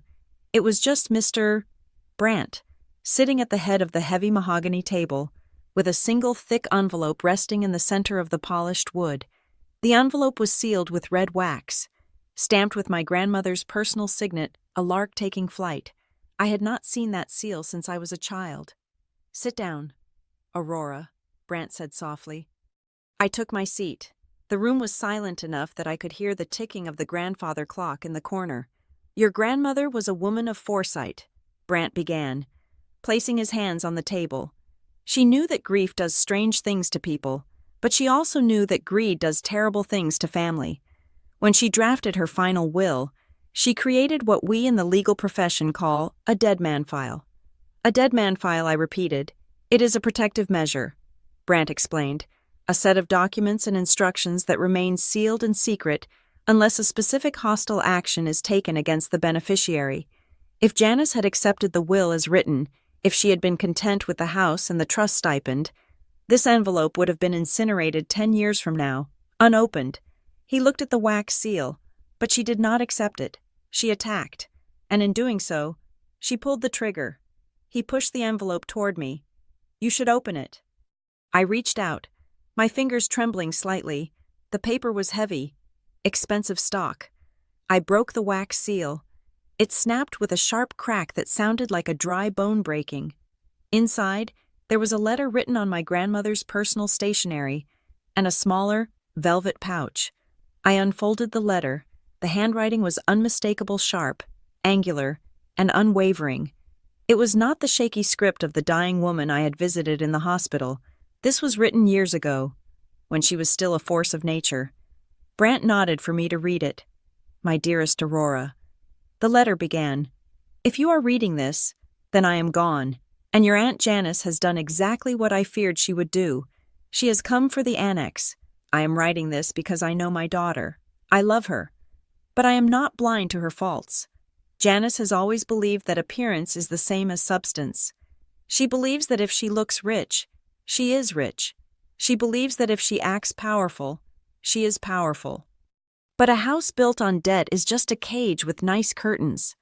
I paused, swallowing the lump in my throat. It was like she was standing in the room, her hand on my shoulder. "She will tell you that the estate is in trouble." The letter continued. "She will use words that sound terrifying. She will likely blame taxes. Janice has always used taxes as a bogeyman to explain away her own mismanagement. She will say the IRS is at the door. She will say she needs to sell the annex to save the family." I looked up at Brant. He was watching me with a sad, knowing expression. "She predicted the exact script. Read on," he said. "Do not believe her." The letter commanded, "If she is demanding the annex for taxes, it is because she needs to cover a hole in her own finances. She does not want to pay the government. Aurora. She wants to pay her creditors. I have tried to help her. I have bailed her out more times than you know, but a bucket with no bottom cannot be filled. I gave you the annex because it is the only thing I could protect from her appetite. It is yours. Do not sign it away, not for guilt, not for fear, not for family, to help you stand your ground. I have left you the truth. In the velvet pouch, you will find the access code to Safe Deposit Box 519 at First Keystone Bank. You may have already found the key I hid in the breaker box. I knew you would fix the electrical first. You were always practical." I let out a shaky breath. She knew. She knew I would check the wiring. She knew I would find the key. It wasn't a scavenger hunt. It was a confirmation of character. "Go to the bank." The letter concluded, "Take Mr. Brant. Show the contents to the judge if you have to. And remember this, the wolf does not knock because he wants to visit. He knocks because he is hungry. Do not open the door. Love, Grandma." I sat there for a long time, the letter resting on my lap. I didn't cry. Tears felt insufficient. This was beyond sadness. This was a transfer of power. My grandmother hadn't just left me property. She had left me armor. I opened the velvet pouch. Inside was a small card with a numeric code and a formal authorization form, signed and notarized 5 years ago, granting Aurora Mitchell full access to the box held by the Eleanor Vance Trust. She used her maiden name to keep it off Janice's radar. I realized. "Shall we go?" Brant asked, standing up. We drove to the First Keystone Bank in silence. It was the main branch, a marble-columned fortress in the center of town. Brant handled the formalities with the bank manager, presenting the trust documents and the authorization card. When we walked into the vault, the air was cool and smelled of steel and silence. The clerk slid the long metal box out of slot 519 and carried it to a private viewing room. I sat at the small table. I took the key I had found in the annex out of my pocket. I had been carrying it with me every day since I found it, and slid it into the lock. It turned with a smooth, satisfying click. I lifted the lid. The box was not full of diamonds or gold coins. It was filled with paper. I pulled out the first document. It was a promissory note, legally notarized and dated 4 years ago. I, Janice Mitchell, acknowledge a loan in the amount of $250,000 from the Eleanor Vance Trust. I agree to repay this loan in monthly installments of $1,500 starting January 1st. I stared at the number. $250,000.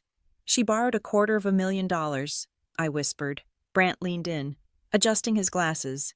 It appears so, and if you look at the payment schedule attached. I flipped the page. The schedule was a sea of red ink. Missed payment, partial payment. She defaulted 3 years ago. I said, "Technically," Brant said, "since the trust is the lender. And you are now the sole trustee of the Eleanor Vance Trust. She owes this money to you. I looked deeper into the box. There was a stack of printed emails. My grandmother had printed them out and stapled them together. The subject line of the top email read, "Please, Mom, I need this." I read the text. It was dated 2 weeks before the promissory note was signed. "Mom, you have to help me. The staging business is underwater. The suppliers are going to sue. I just need a bridge loan. I promise I will pay it back. Just sign the check. Do not tell the rest of the family. They will not understand." And then, a reply from my grandmother. "I will do this one last time. Janice, but this is it. I am having Mr. Brandt draw up a formal loan agreement. No more handouts. You must learn to manage your own affairs." There were more emails, more recent ones, emails sent just months before she died. "Mom, the tax lien is killing me. Can we reverse mortgage the annex? I can handle the paperwork. You just need to sign." And my grandmother's reply, short and brutal. "The annex is not yours to mortgage. It belongs to Aurora. Do not ask me again." I felt a cold fury rising in my chest. It wasn't just about money. It was about the harassment. Janice had spent the last years of my grandmother's life badgering her, pressuring her, trying to bleed her dry while she was sick. And when Grandma said no, Janice decided to wait until she was dead to try and steal it from me. She said it was for taxes. I said, my voice hard. She told everyone in the family that the annex was a tax burden, but the only burden is her own debt. She wanted the annex so she could sell it and pay off this $250,000 hole before anyone found out. She was robbing the estate to cover her tracks. Brandt agreed. If she had secured the annex, she likely would have sold it quickly, paid off her personal debts, and told the family the money went to the IRS. It was a shell game. I reached into the bottom of the box and pulled out one last item. It was a single index card, written in bold black marker. If she says, for taxes, ask for the Form 706, ask for her CPA's license number, ask for the lien release. She will not have them. I held the card up. She knew exactly what Janice would say. Brandt closed the box. Your grandmother was a very sharp woman. Aurora. She hoped Janice would change. She hoped she wouldn't have to use this, but she prepared for the reality, not the hope. I gathered the documents, the IOU, the emails, the payment logs. I placed them carefully into my bag.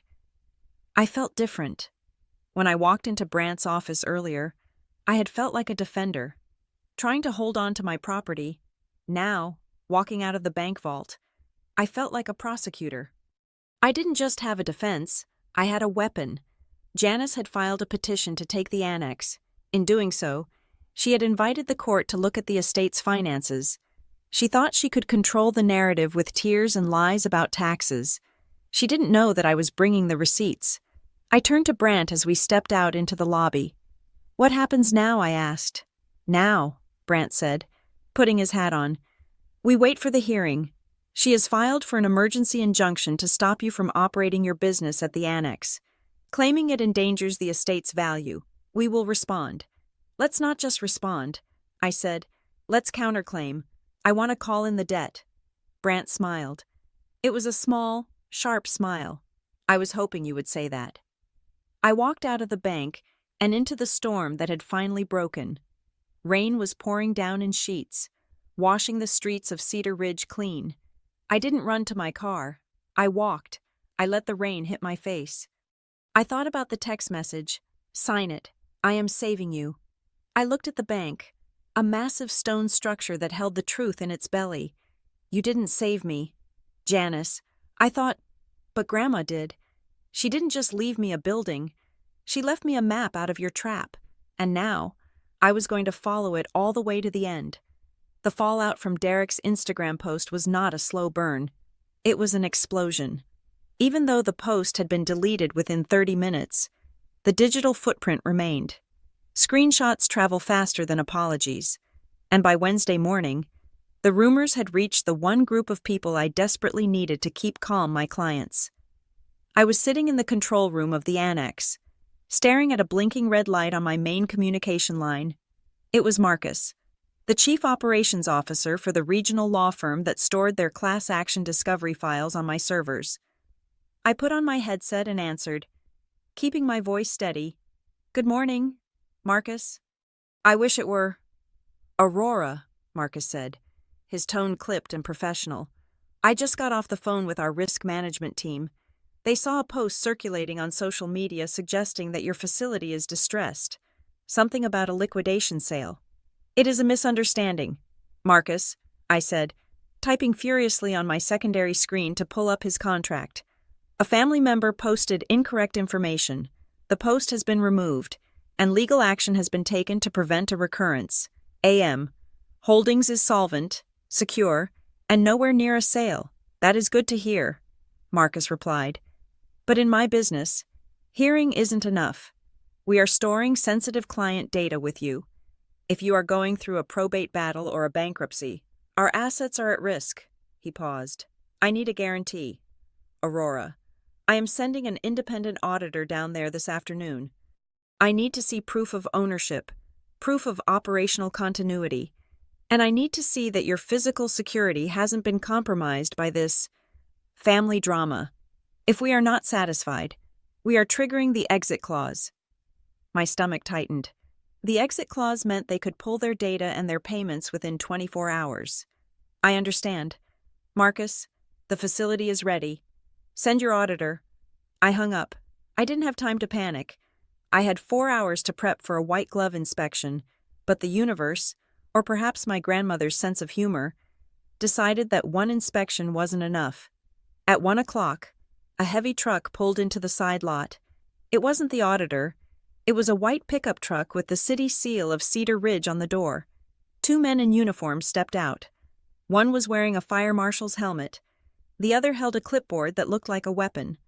I met them at the service entrance. Ms. Mitchell, the marshal asked. I am Inspector Kovac. This is Inspector Lewis from Zoning. We are here for the annual compliance check on the commercial hazardous suppression systems and the occupancy permit. I blinked. The inspection was scheduled for next month. I thought we were on the calendar for November. I said. We were, Kovac said, chewing on an unlit cigar. But we got a tip this morning about unauthorized structural changes and unsafe storage conditions at this address. When we get a safety complaint, we bump the inspection up. I knew exactly where that tip had come from. Janice. She was trying to weaponize the city against me.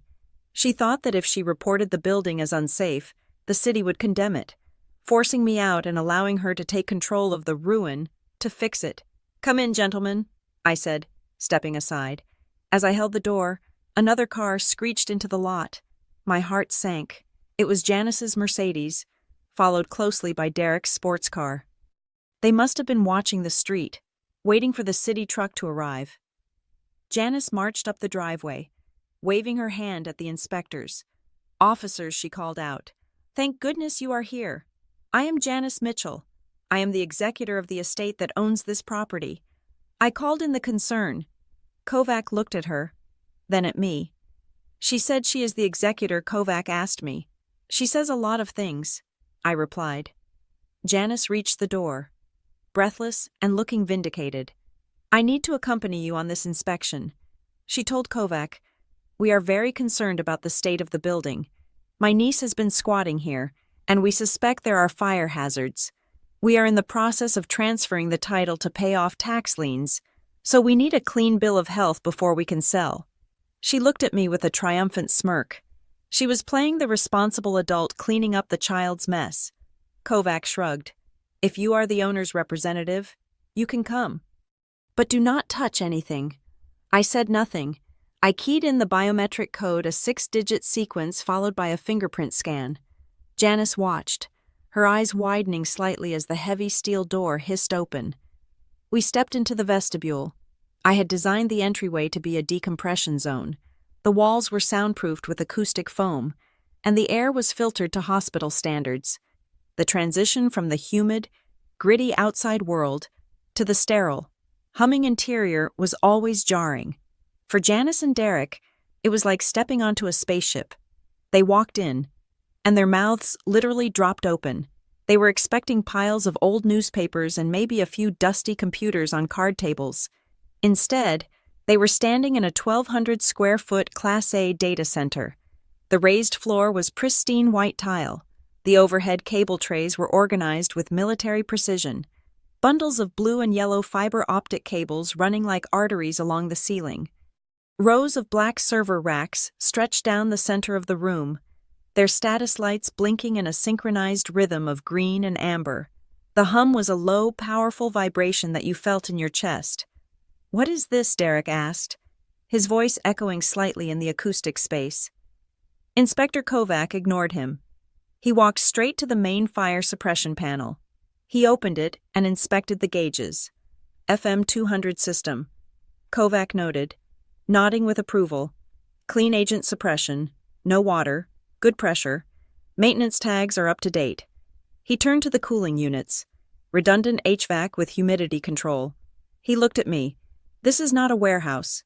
Ms. Mitchell, this is a Tier 3 data facility." I nodded. "Tier 3 compliant. Fully redundant power and cooling. We handle off-site disaster recovery for financial and legal firms." Janice was spinning in a slow circle, looking at the equipment. She looked confused, like a cat that had jumped onto a table expecting a mouse and found a tiger. This is just storage," she stammered. "Mother said it was storage. It is data storage." "Mrs. Mitchell," Kovac corrected, looking at his clipboard. "And according to my files, the permit for this retrofit was pulled 3 years ago. All inspections passed." He walked over to a rack of servers that was humming loudly. Derek walked up to it and tapped the glass door. "So it is just a bunch of hard drives," he scoffed. "What is this? A crypto mining rig? Or are you hosting video games? I heard you can make a few bucks doing that." He looked at Kovac. "Look, officer, she is just running a hobby shop in here. It can't be worth that much. We just need to know if we can tear it out to sell the shell." Kovac stopped writing. He looked at Derek with a mixture of pity and annoyance. "Son," Kovac said, his voice gravelly.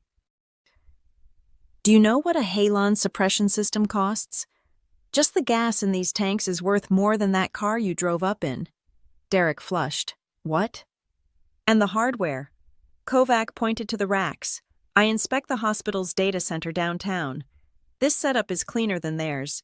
If she is running commercial contracts, the liability insurance alone requires a 7-figure bond." Janice stepped forward, her voice sharp. 7 figures. She turned to me. "You do not have 7 figures. You drive a 4-year-old sedan. You rent a 1-bedroom apartment. Do not lie to the inspector." "Aurora, I am not lying," I said calmly, "and I do not spend my money on cars. Janice, I spend it on infrastructure." Inspector Kovac turned to Janice. "Ma'am, you said you are the executor. I need to verify the ownership for the occupancy permit renewal.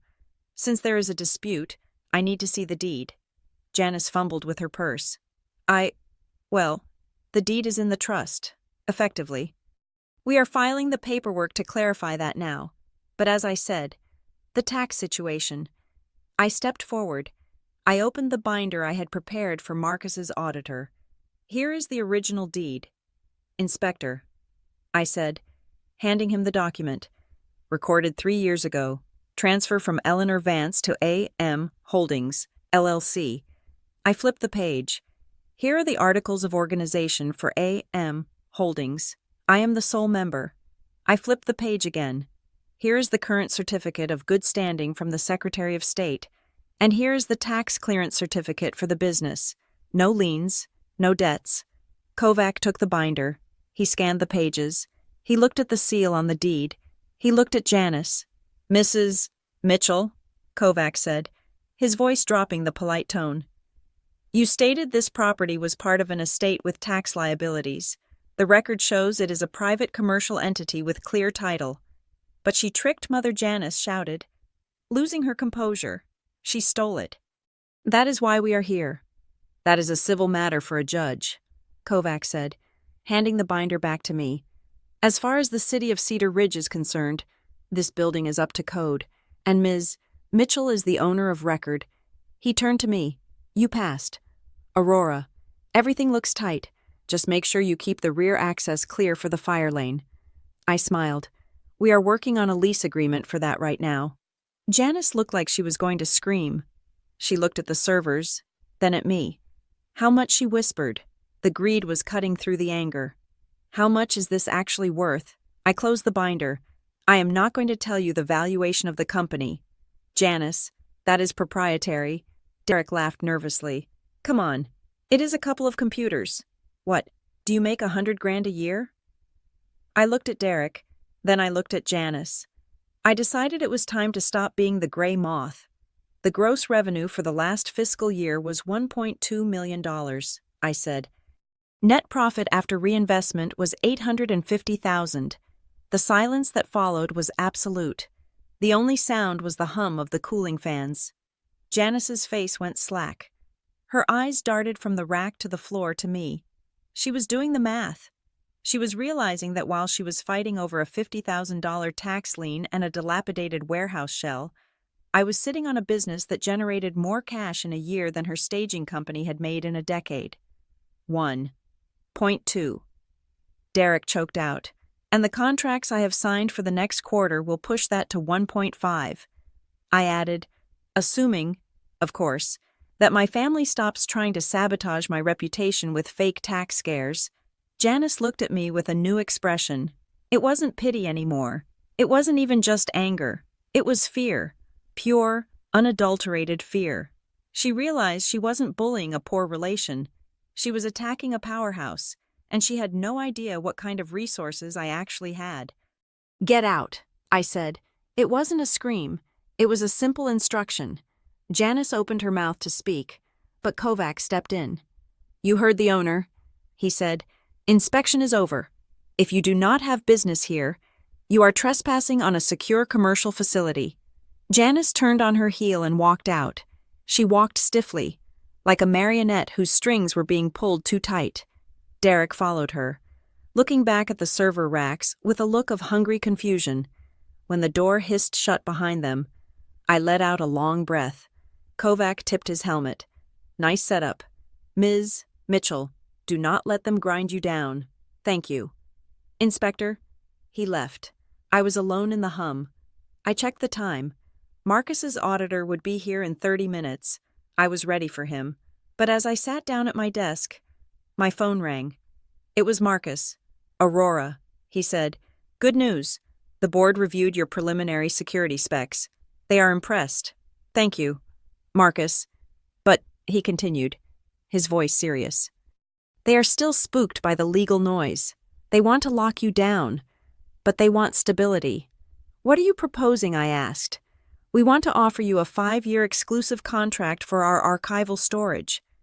Marcus said, it is worth $4 million over the term. My heart skipped a beat. $4 million? That would secure my future. That would secure the building forever.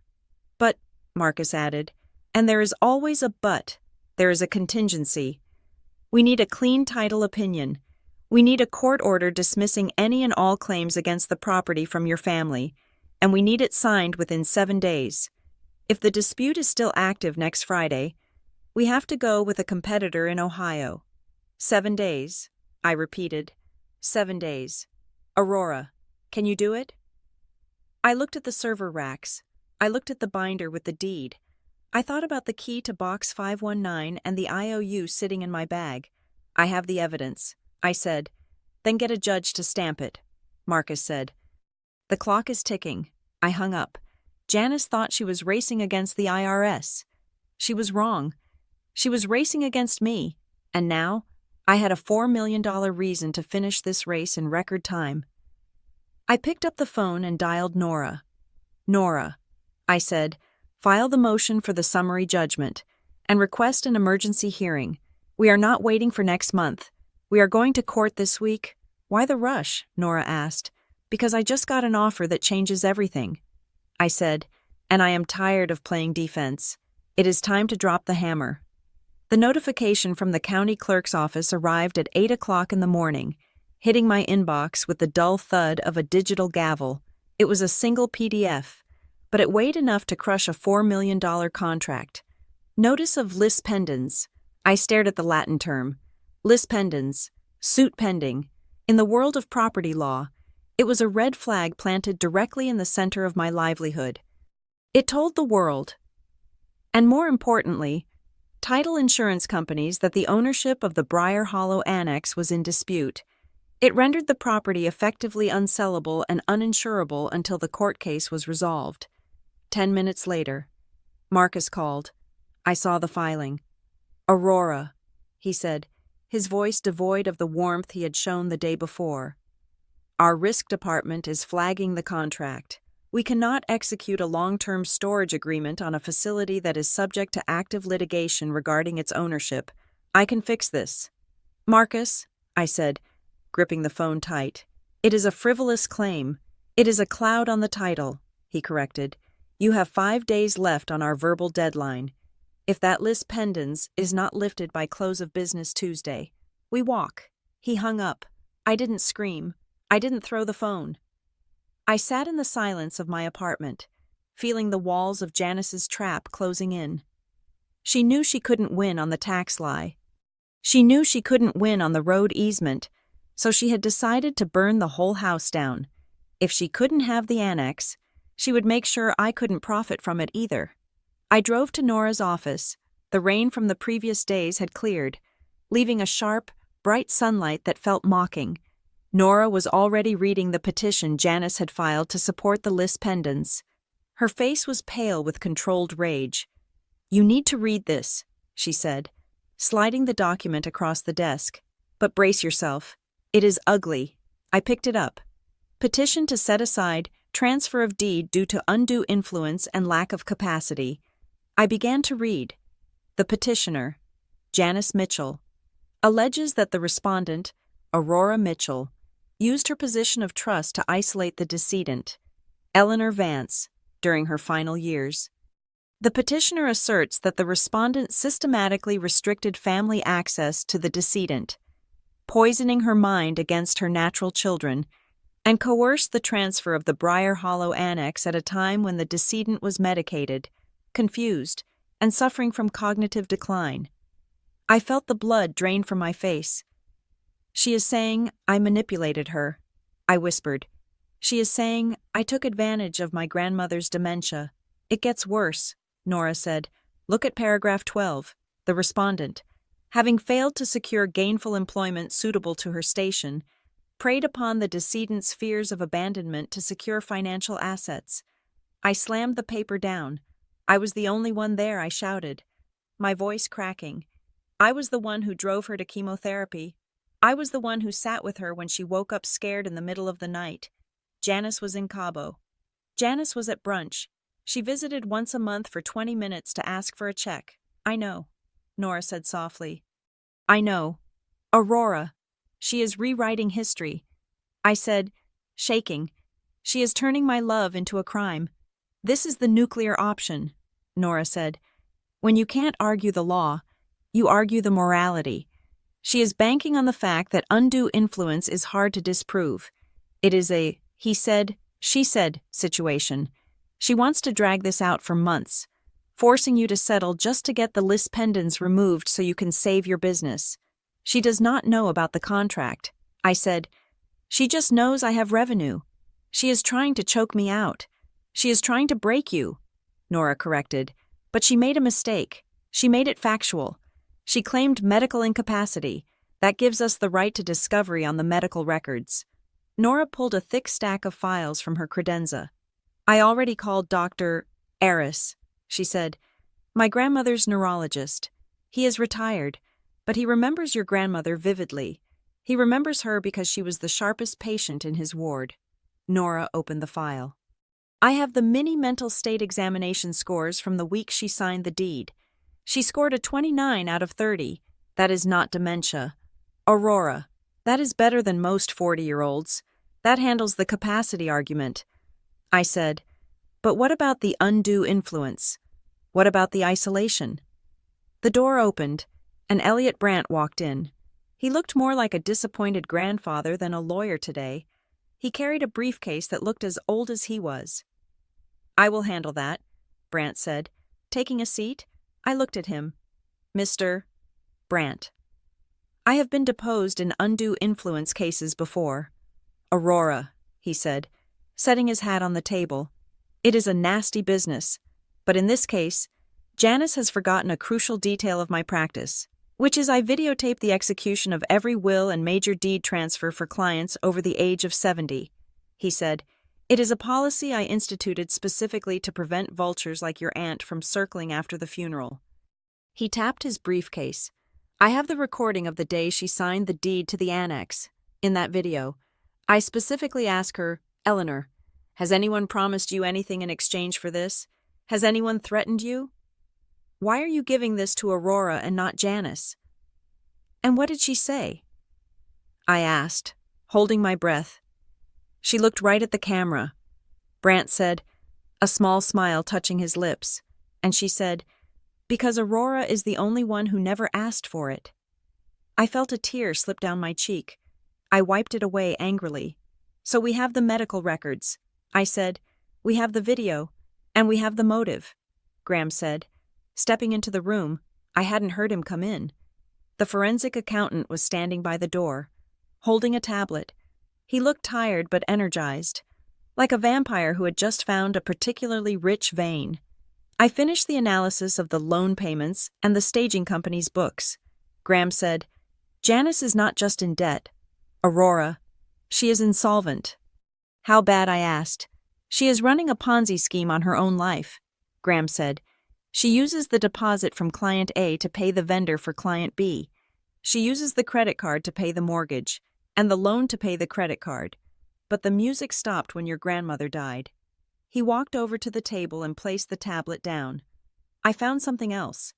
The reason she is so desperate for the annex isn't just the money. It is the collateral."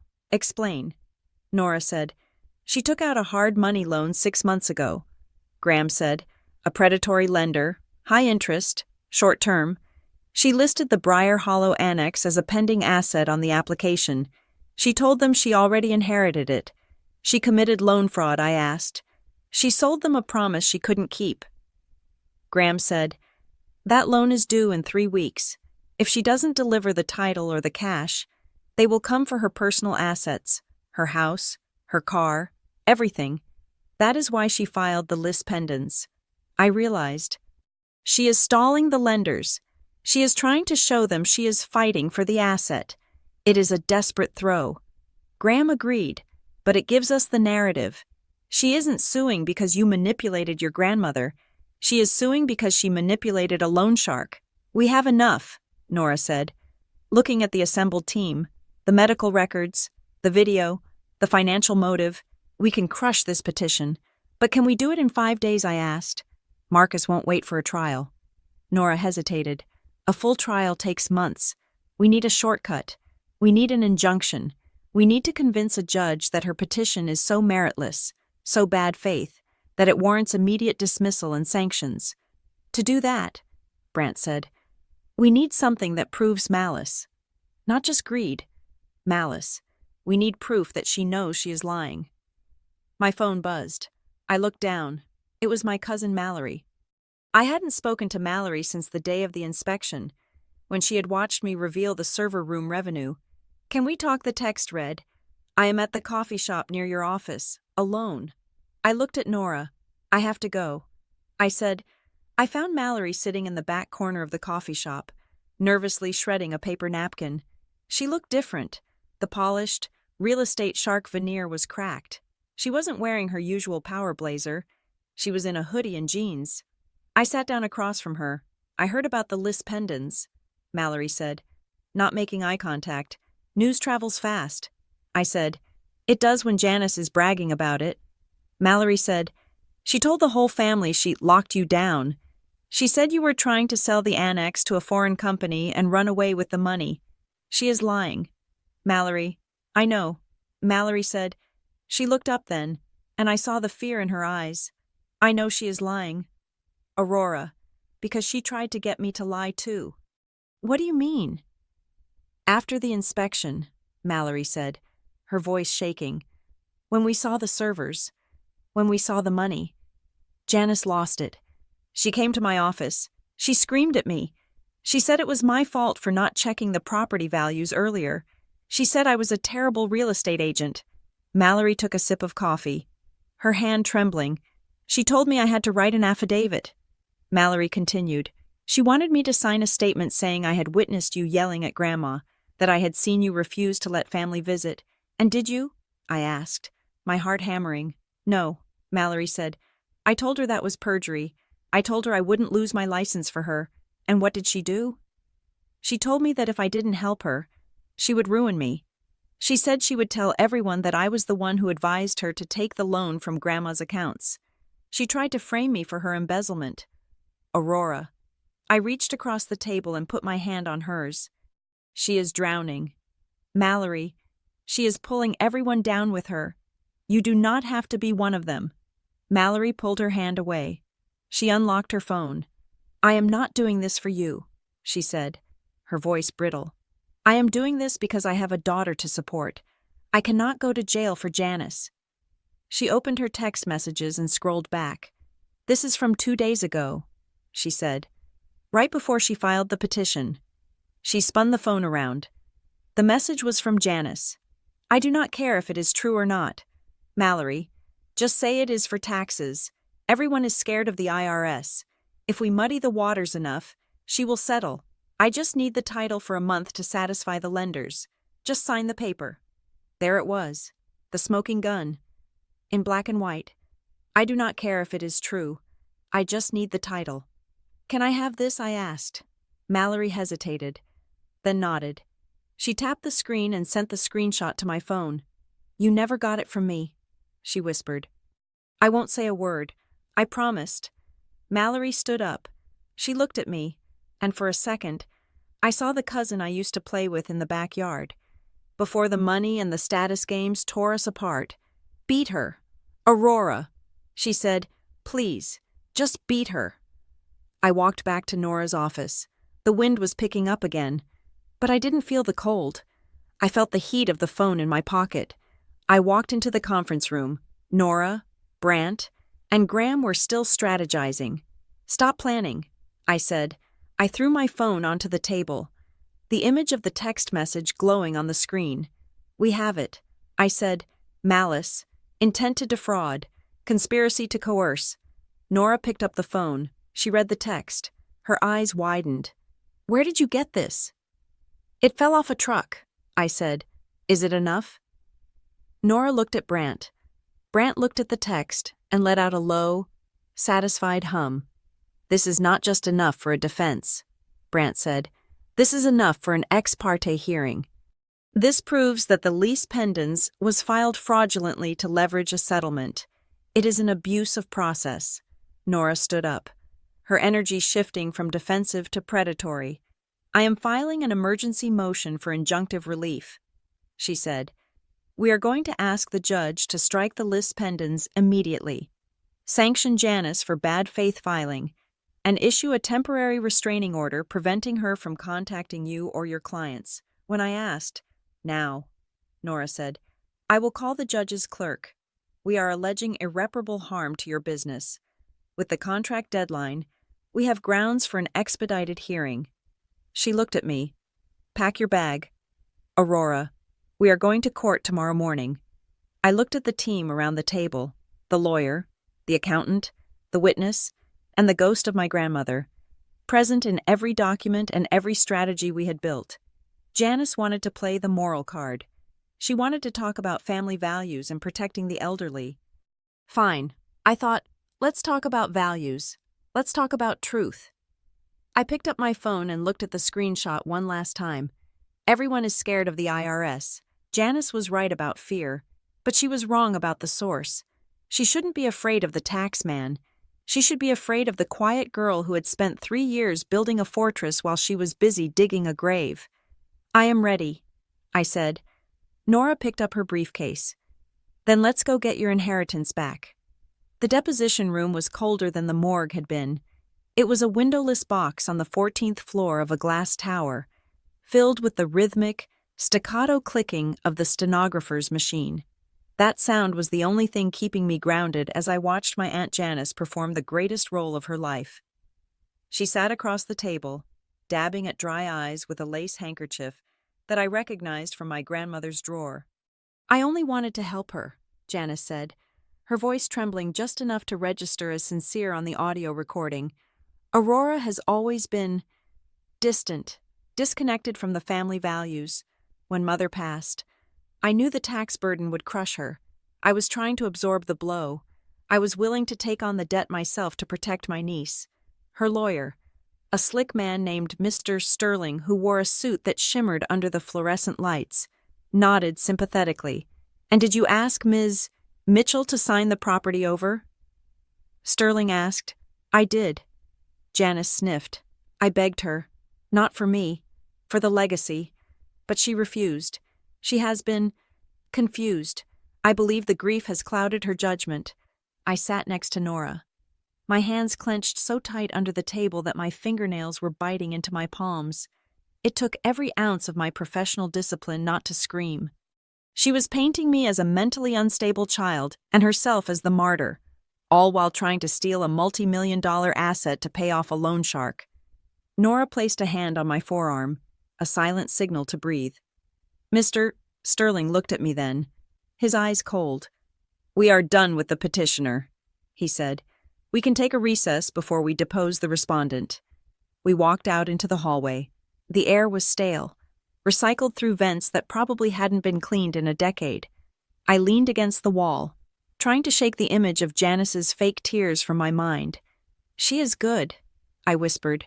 "She is a sociopath," Nora corrected, checking her watch. "But sociopaths get sloppy when they think they are winning." Just then, Mr. Sterling approached us. He didn't look like a man who wanted a fight. He looked like a man who wanted a golf game. "Ms. Baines," he said, smoothing his tie. "Look, we all know how these probate battles end. The only people who win are the lawyers. My client is willing to offer an olive branch." I straightened up. "What kind of branch?" "A settlement," Sterling said. "A 50-50 split of the Briar Hollow Annex." Janice drops the undue influence petition, lifts the lis pendens, and acknowledges Aurora's partial ownership. In exchange, Aurora deeds 50% of the property to the Mitchell Family Trust. "They run it as partners," he smiled, showing too many teeth. "It is a fair deal. Ms. Mitchell, you keep your business. The family gets their share. Everyone walks away with dignity." For a second, the exhaustion washed over me. It sounded so easy. Just sign a paper, give her half, and the lawsuit vanishes. The $4 million contract with Marcus would be safe. The stress would end. But then I looked at Nora. She wasn't smiling. I looked back at Sterling. "Mr. Sterling," I said, my voice steady. "Do you know what a remediation clause is in a data security contract?" Sterling blinked.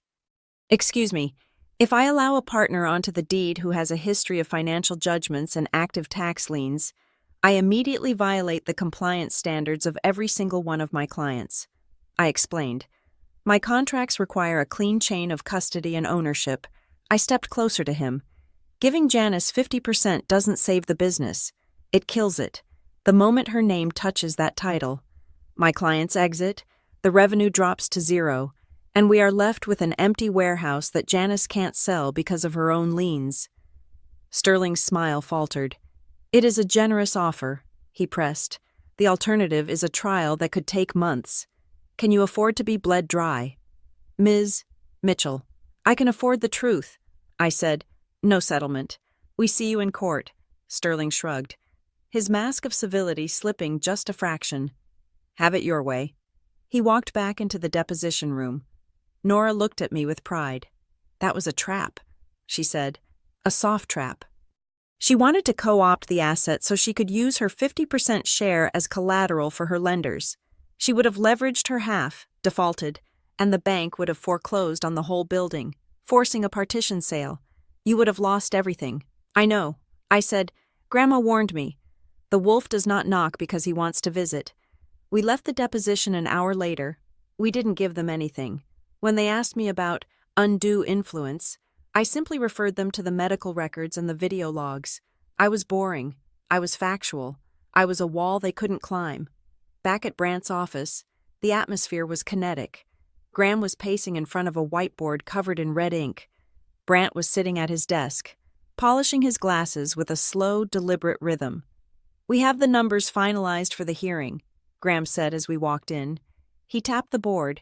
I reconstructed the tax argument Janice is using. It is a fabrication. Aurora. But it is a specific kind of fabrication. Explain, I said, sitting down. She claims the estate owes $300,000 in taxes. Graham said, that is the number she keeps throwing around. But the estate's total value, excluding the annex, is only $600,000. The exemption is $12 million. The tax should be zero. So where does the $300,000 come from, I asked.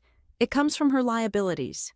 Graham said, I found the shadow ledgers for her staging company. She has a balloon payment due on a business line of credit, $280,000. He circled the number. She isn't trying to pay the IRS. She is trying to pay Regional Capital Lending. If she misses that payment next week, they trigger a confession of judgment. They seize her personal home. So she needs the annex to pay the bank, not the government. I said, exactly. Graham said, and she needs it now. That is why she offered the settlement. She needs an asset on her balance sheet to show the bank she has equity. Brant put his glasses back on. It is time to play our card, he said. He picked up a file. Inside was the letter my grandmother had left in the dead man envelope, the one predicting Janice's tax lies. I am filing this as Exhibit A for the emergency hearing. Brant said, we are submitting it under the premise of rebutting the undue influence claim. It demonstrates that the decedent was not only of sound mind, but was acutely aware of the petitioner's financial predatory habits. He handed the file to his paralegal. File it. Electronic service to opposing counsel immediately. I watched the paralegal leave. I knew what would happen when Sterling read that letter. It wouldn't just be a legal blow. It would be a psychological one. It proved that my grandmother had seen right through Janice's mask from the grave. The reaction came faster than I expected. That evening, I was at the annex, running a final security patch on the servers. The building was dark, lit only by the blue LEDs of the racks. My phone pinged. It was an email, not from Sterling, from Janice. Subject, please read. Urgent. I opened it. There was no text in the body, just an attachment. It was a document titled Temporary Holding Agreement. I opened the PDF. It was a quitclaim deed. Hastily typed. It transferred the annex to Janice for a period of 30 days, with a promise to transfer it back after tax clearance. A text message followed immediately. Aurora, please, Mr. Sterling is making this too complicated. I just need to show the deed to the IRS auditor tomorrow morning to stop the seizure. If you sign this temporary hold, I can show them I have control, and they will back off. I will tear it up next week. I swear on Mother's grave. Just sign it and email it back. I am trying to save us. I stared at the screen. Temporary hold. There was no such thing in property law. Once a deed is recorded, it is done. If I signed this, she would record it instantly. She would use it to secure her loan, and when she defaulted, the bank would take my building.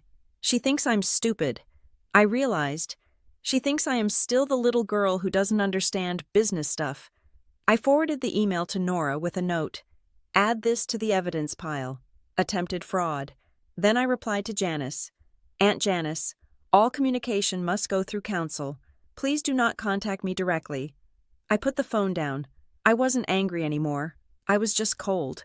She was swearing on her mother's grave to steal from her mother's chosen heir. My phone buzzed again. This time it was Mallory. She is spiraling. Mallory wrote, she just called me screaming. She knows about the letter Brant filed. She knows Grandma wrote it. What did she say, I asked. She said the letter is a forgery. Mallory replied. She wants me to testify that Grandma couldn't write in her last months. She wants me to lie about her arthritis, and I told her to go to hell. Mallory wrote, I am sending you the voice memo of her asking me to lie. Give it to the judge. I closed my eyes and let out a long breath. The walls were crumbling. Janice was running out of allies. The next morning was the day before the hearing. I was in Nora's office, finalizing the exhibit list. We had the letter, we had the forensic report, we had the text messages, we had Mallory's testimony. We were ready. The receptionist buzzed in. Ms. Baines, there is a courier here from First Keystone Bank. He says he has a sealed delivery for the trustee of the Eleanor Vance Trust. Nora looked at me. A delivery? I didn't request anything. I said, "Send him in." Nora said.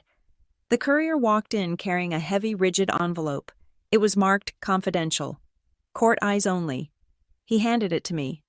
"This was triggered by the subpoena your lawyer filed regarding the box contents." The courier said, "The bank's compliance officer found a secondary instruction on the lease agreement for Box 519.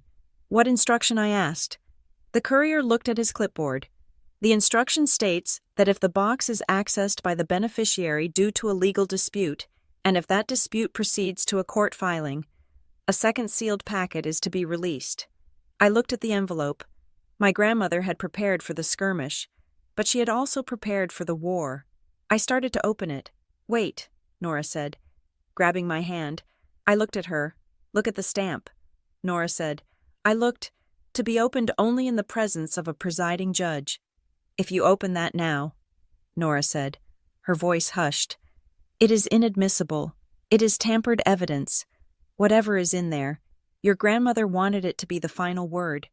She wanted the judge to see it at the same moment Janice does." I felt the weight of the packet. It was heavier than paper. There was something solid inside. Drive. A tape. She knew Janice would fight the letter, I said, realizing the depth of the strategy. She knew Janice would call it a forgery, so she left something that cannot be forged. "We take it to court tomorrow," Nora said. "We submit it blind. It is a risk," I said. "We do not know what is in it." "Do you trust her?" Nora asked. I thought about the woman who had taught me to hide my value, the woman who had given me a ruin and told me to build a fortress, the woman who had loved me when the rest of the family saw a failure. "Yes," I said, "I trust her." "Then we play it blind," Nora said. I put the sealed packet into my bag, right next to the IOU. The deposition had been a skirmish. The settlement offer had been a trap. But tomorrow was the checkmate. I walked to the window and looked out at the city. Somewhere out there, Janice was probably meeting with Mr. Sterling, trying to come up with a way to explain away the letter. She was probably telling herself that she could still win, that she could still charm the judge, that she could still bully me into submission. She didn't know about the second envelope. She didn't know that the dead man switch had a secondary charge. "I am ready, Grandma," I whispered to the glass. I turned back to Nora. "Let's go home," I said. "I need to get a good night's sleep. I want to look fresh when I watch her lose." The courtroom was silent, a heavy, suffocating silence that smelled of floor wax and old judgments.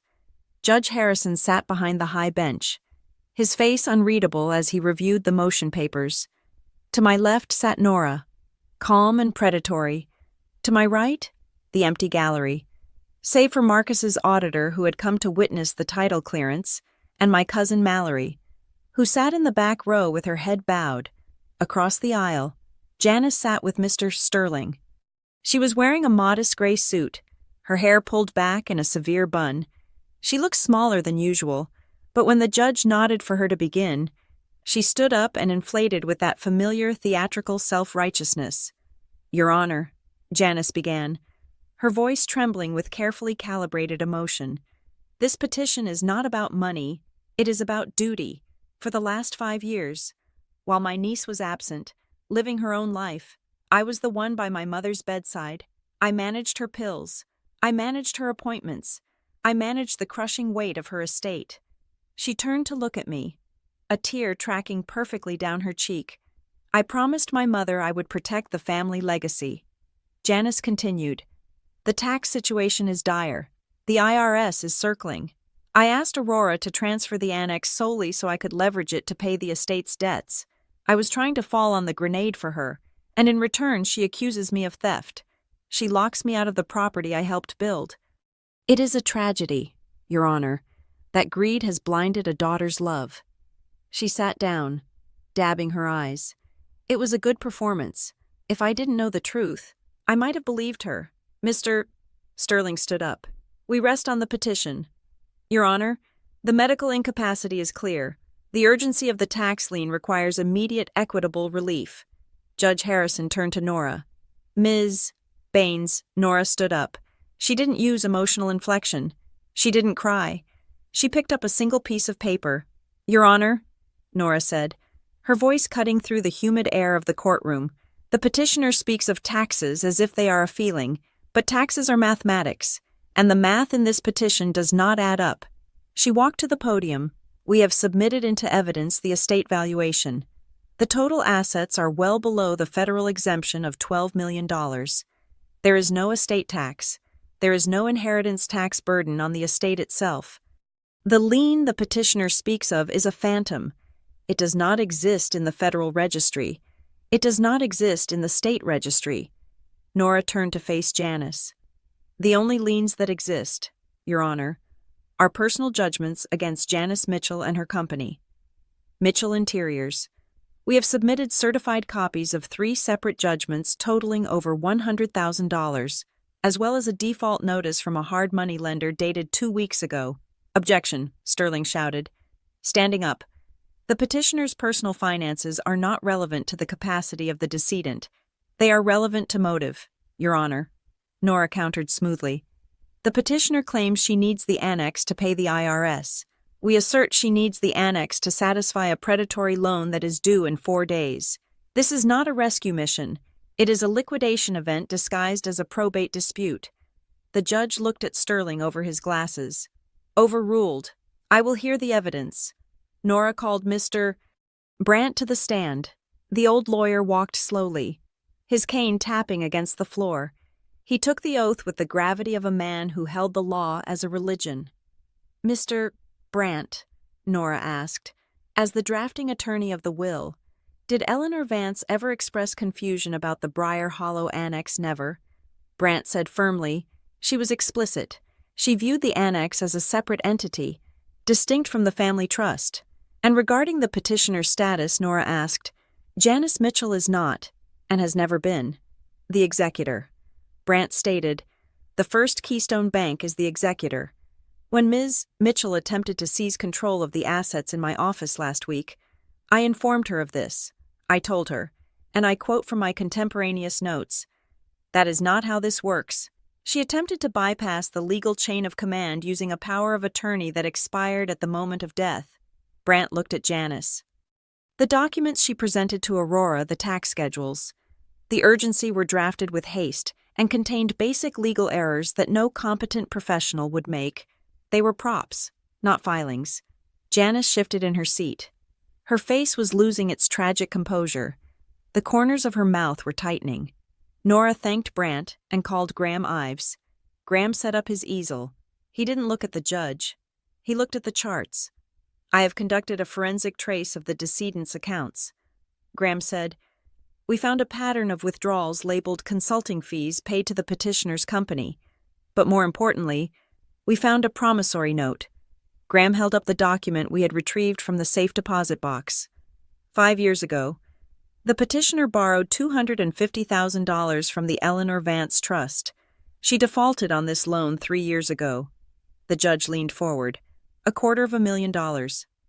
Yes, Your Honor, Graham said. And here is the critical accounting detail. If Janice Mitchell were to acquire the title to the annex, she would effectively become the owner of the trust assets. She would become her own creditor. By taking the annex, she would not only gain a property to sell, she would legally extinguish her own debt to the estate. It is a wash trade designed to erase a liability. The courtroom buzzed. Even Sterling looked surprised. He hadn't known about the IOU. Janice had lied to her own lawyer. And finally, Graham added, regarding the CPA named Arthur Davis who advised the petitioner, I ran a check with the state board. There is no licensed CPA by that name associated with the firm listed. The phone number used to threaten Ms. Mitchell traces to a burner application registered to the petitioner's personal cell phone. Sterling put his head in his hands. Nora returned to the table. We have one final piece of evidence, Your Honor. She picked up the sealed packet from the bank, the second envelope. This packet was lodged with the First Keystone Bank by the decedent. to be released only upon the commencement of litigation by a family member. It was sealed until this morning. We have not reviewed it. We asked the court to review it in camera, or if the court pleases, to publish it to the record. The judge looked at the packet. He looked at Janice, who was now gripping the table so hard her knuckles were white. "Open it," the judge ordered. Nora broke the seal. Inside was a small, silver USB drive and a handwritten index card. Nora handed the card to the bailiff, who handed it to the judge. The judge read it, his eyebrows raising. "Play the drive," the judge said. Nora plugged the drive into the court's media system. Static filled the room for a second, and then a voice cut through, clear, sharp, undeniable. It was Janice's voice. It was a voicemail she had left for someone, perhaps the fake CPA, perhaps a friend, but my grandmother must have intercepted it or recorded it during a call. "Mom is losing it, but she is stubborn. She won't sign the check, but I have a plan for the niece. Once the old lady is gone, I will hit Aurora with the tax scare. She is soft. She does not know business. I will tell her the IRS is coming to take the house. Just scare her with the lien, and she will sign anything to get out of trouble. I will have that annex sold, and the money in my account before the funeral flowers wilt." The recording ended. The silence that followed was absolute.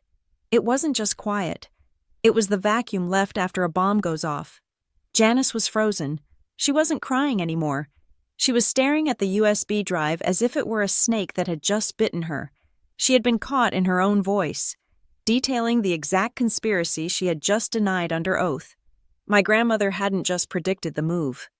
She had caught the rehearsal. Judge Harrison took off his glasses. He looked at Janice with an expression of profound distaste. "Mr.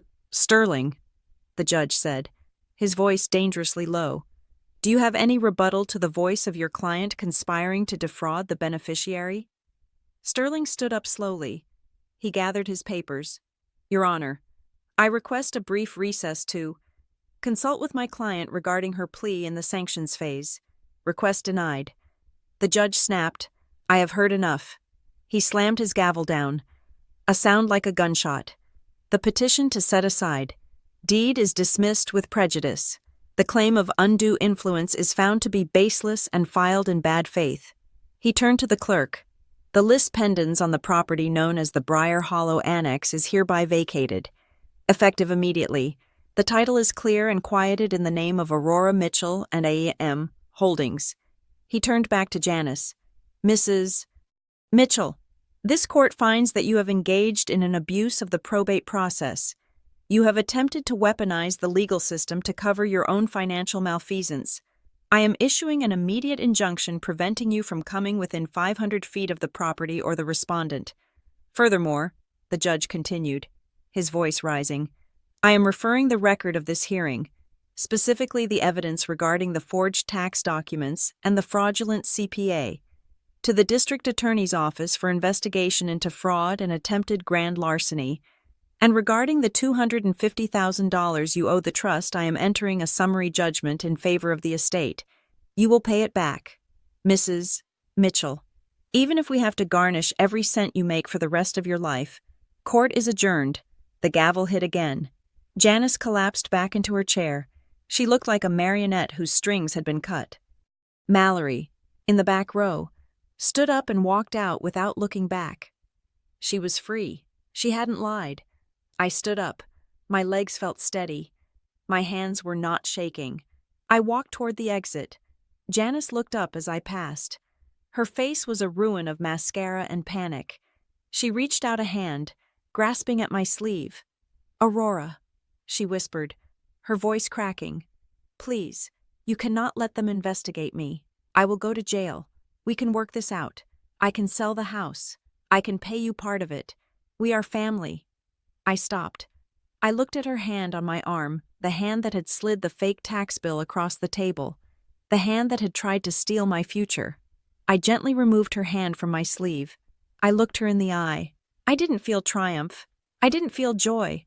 I just felt clarity. "Family isn't what you claim." "Janice," I said, my voice quiet but filling the space between us, "it is what you do, and you have done enough. I turned and walked away. I walked out of the courtroom and into the wide marble hallway. The sun was streaming through the high windows, illuminating the dust motes dancing in the air. Marcus's auditor was waiting for me by a bench. He was holding a leather folder. "Did you get the order?" he asked. I handed him the certified copy of the judgment the clerk had just stamped. Lis pendens vacated, case dismissed. He scanned it. He nodded. "This works," he said. "The title is clean." He opened the folder and laid it on the bench. Inside was the contract. 5 years, $4 million, the future of AM Holdings. I took the pen. I didn't hesitate. I signed my name, Aurora Mitchell, in bold. Black ink. The auditor shook my hand. "Congratulations, Ms. Mitchell. We will begin the data migration on Monday." "Thank you," I said. As he walked away, I saw the double doors of the courtroom open. Mr. Sterling walked out, looking exhausted. Behind him, Janice walked slowly, flanked by 2 bailiffs who were escorting her to the clerk's office to process the judgment. She looked across the hall and saw me. She saw the contract in my hand. She saw the auditor walking away. For a moment, our eyes met. There was no more pretense, no more taxes, no more saving me. She saw me for the first time not as the niece she could bully, but as the CEO she had failed to destroy. I didn't smile. I just nodded. Once, a dismissal. I turned and walked toward the elevators. I had work to do. I had a business to run. And somewhere, in the quiet hum of the universe, I knew my grandmother was smiling. She had left me a ruin, but we had built a fortress, and the wolf was finally gone from the door. Thank you so much for listening to this story. I would love to hear where you are tuning in from today. Drop a comment below with your city or country, and let's share our thoughts on Aurora's victory. If you enjoyed this revenge drama, please subscribe to the Maya Revenge Stories channel, like the video, and if you really want to support us, hit that hype button to help this story get heard by even more people.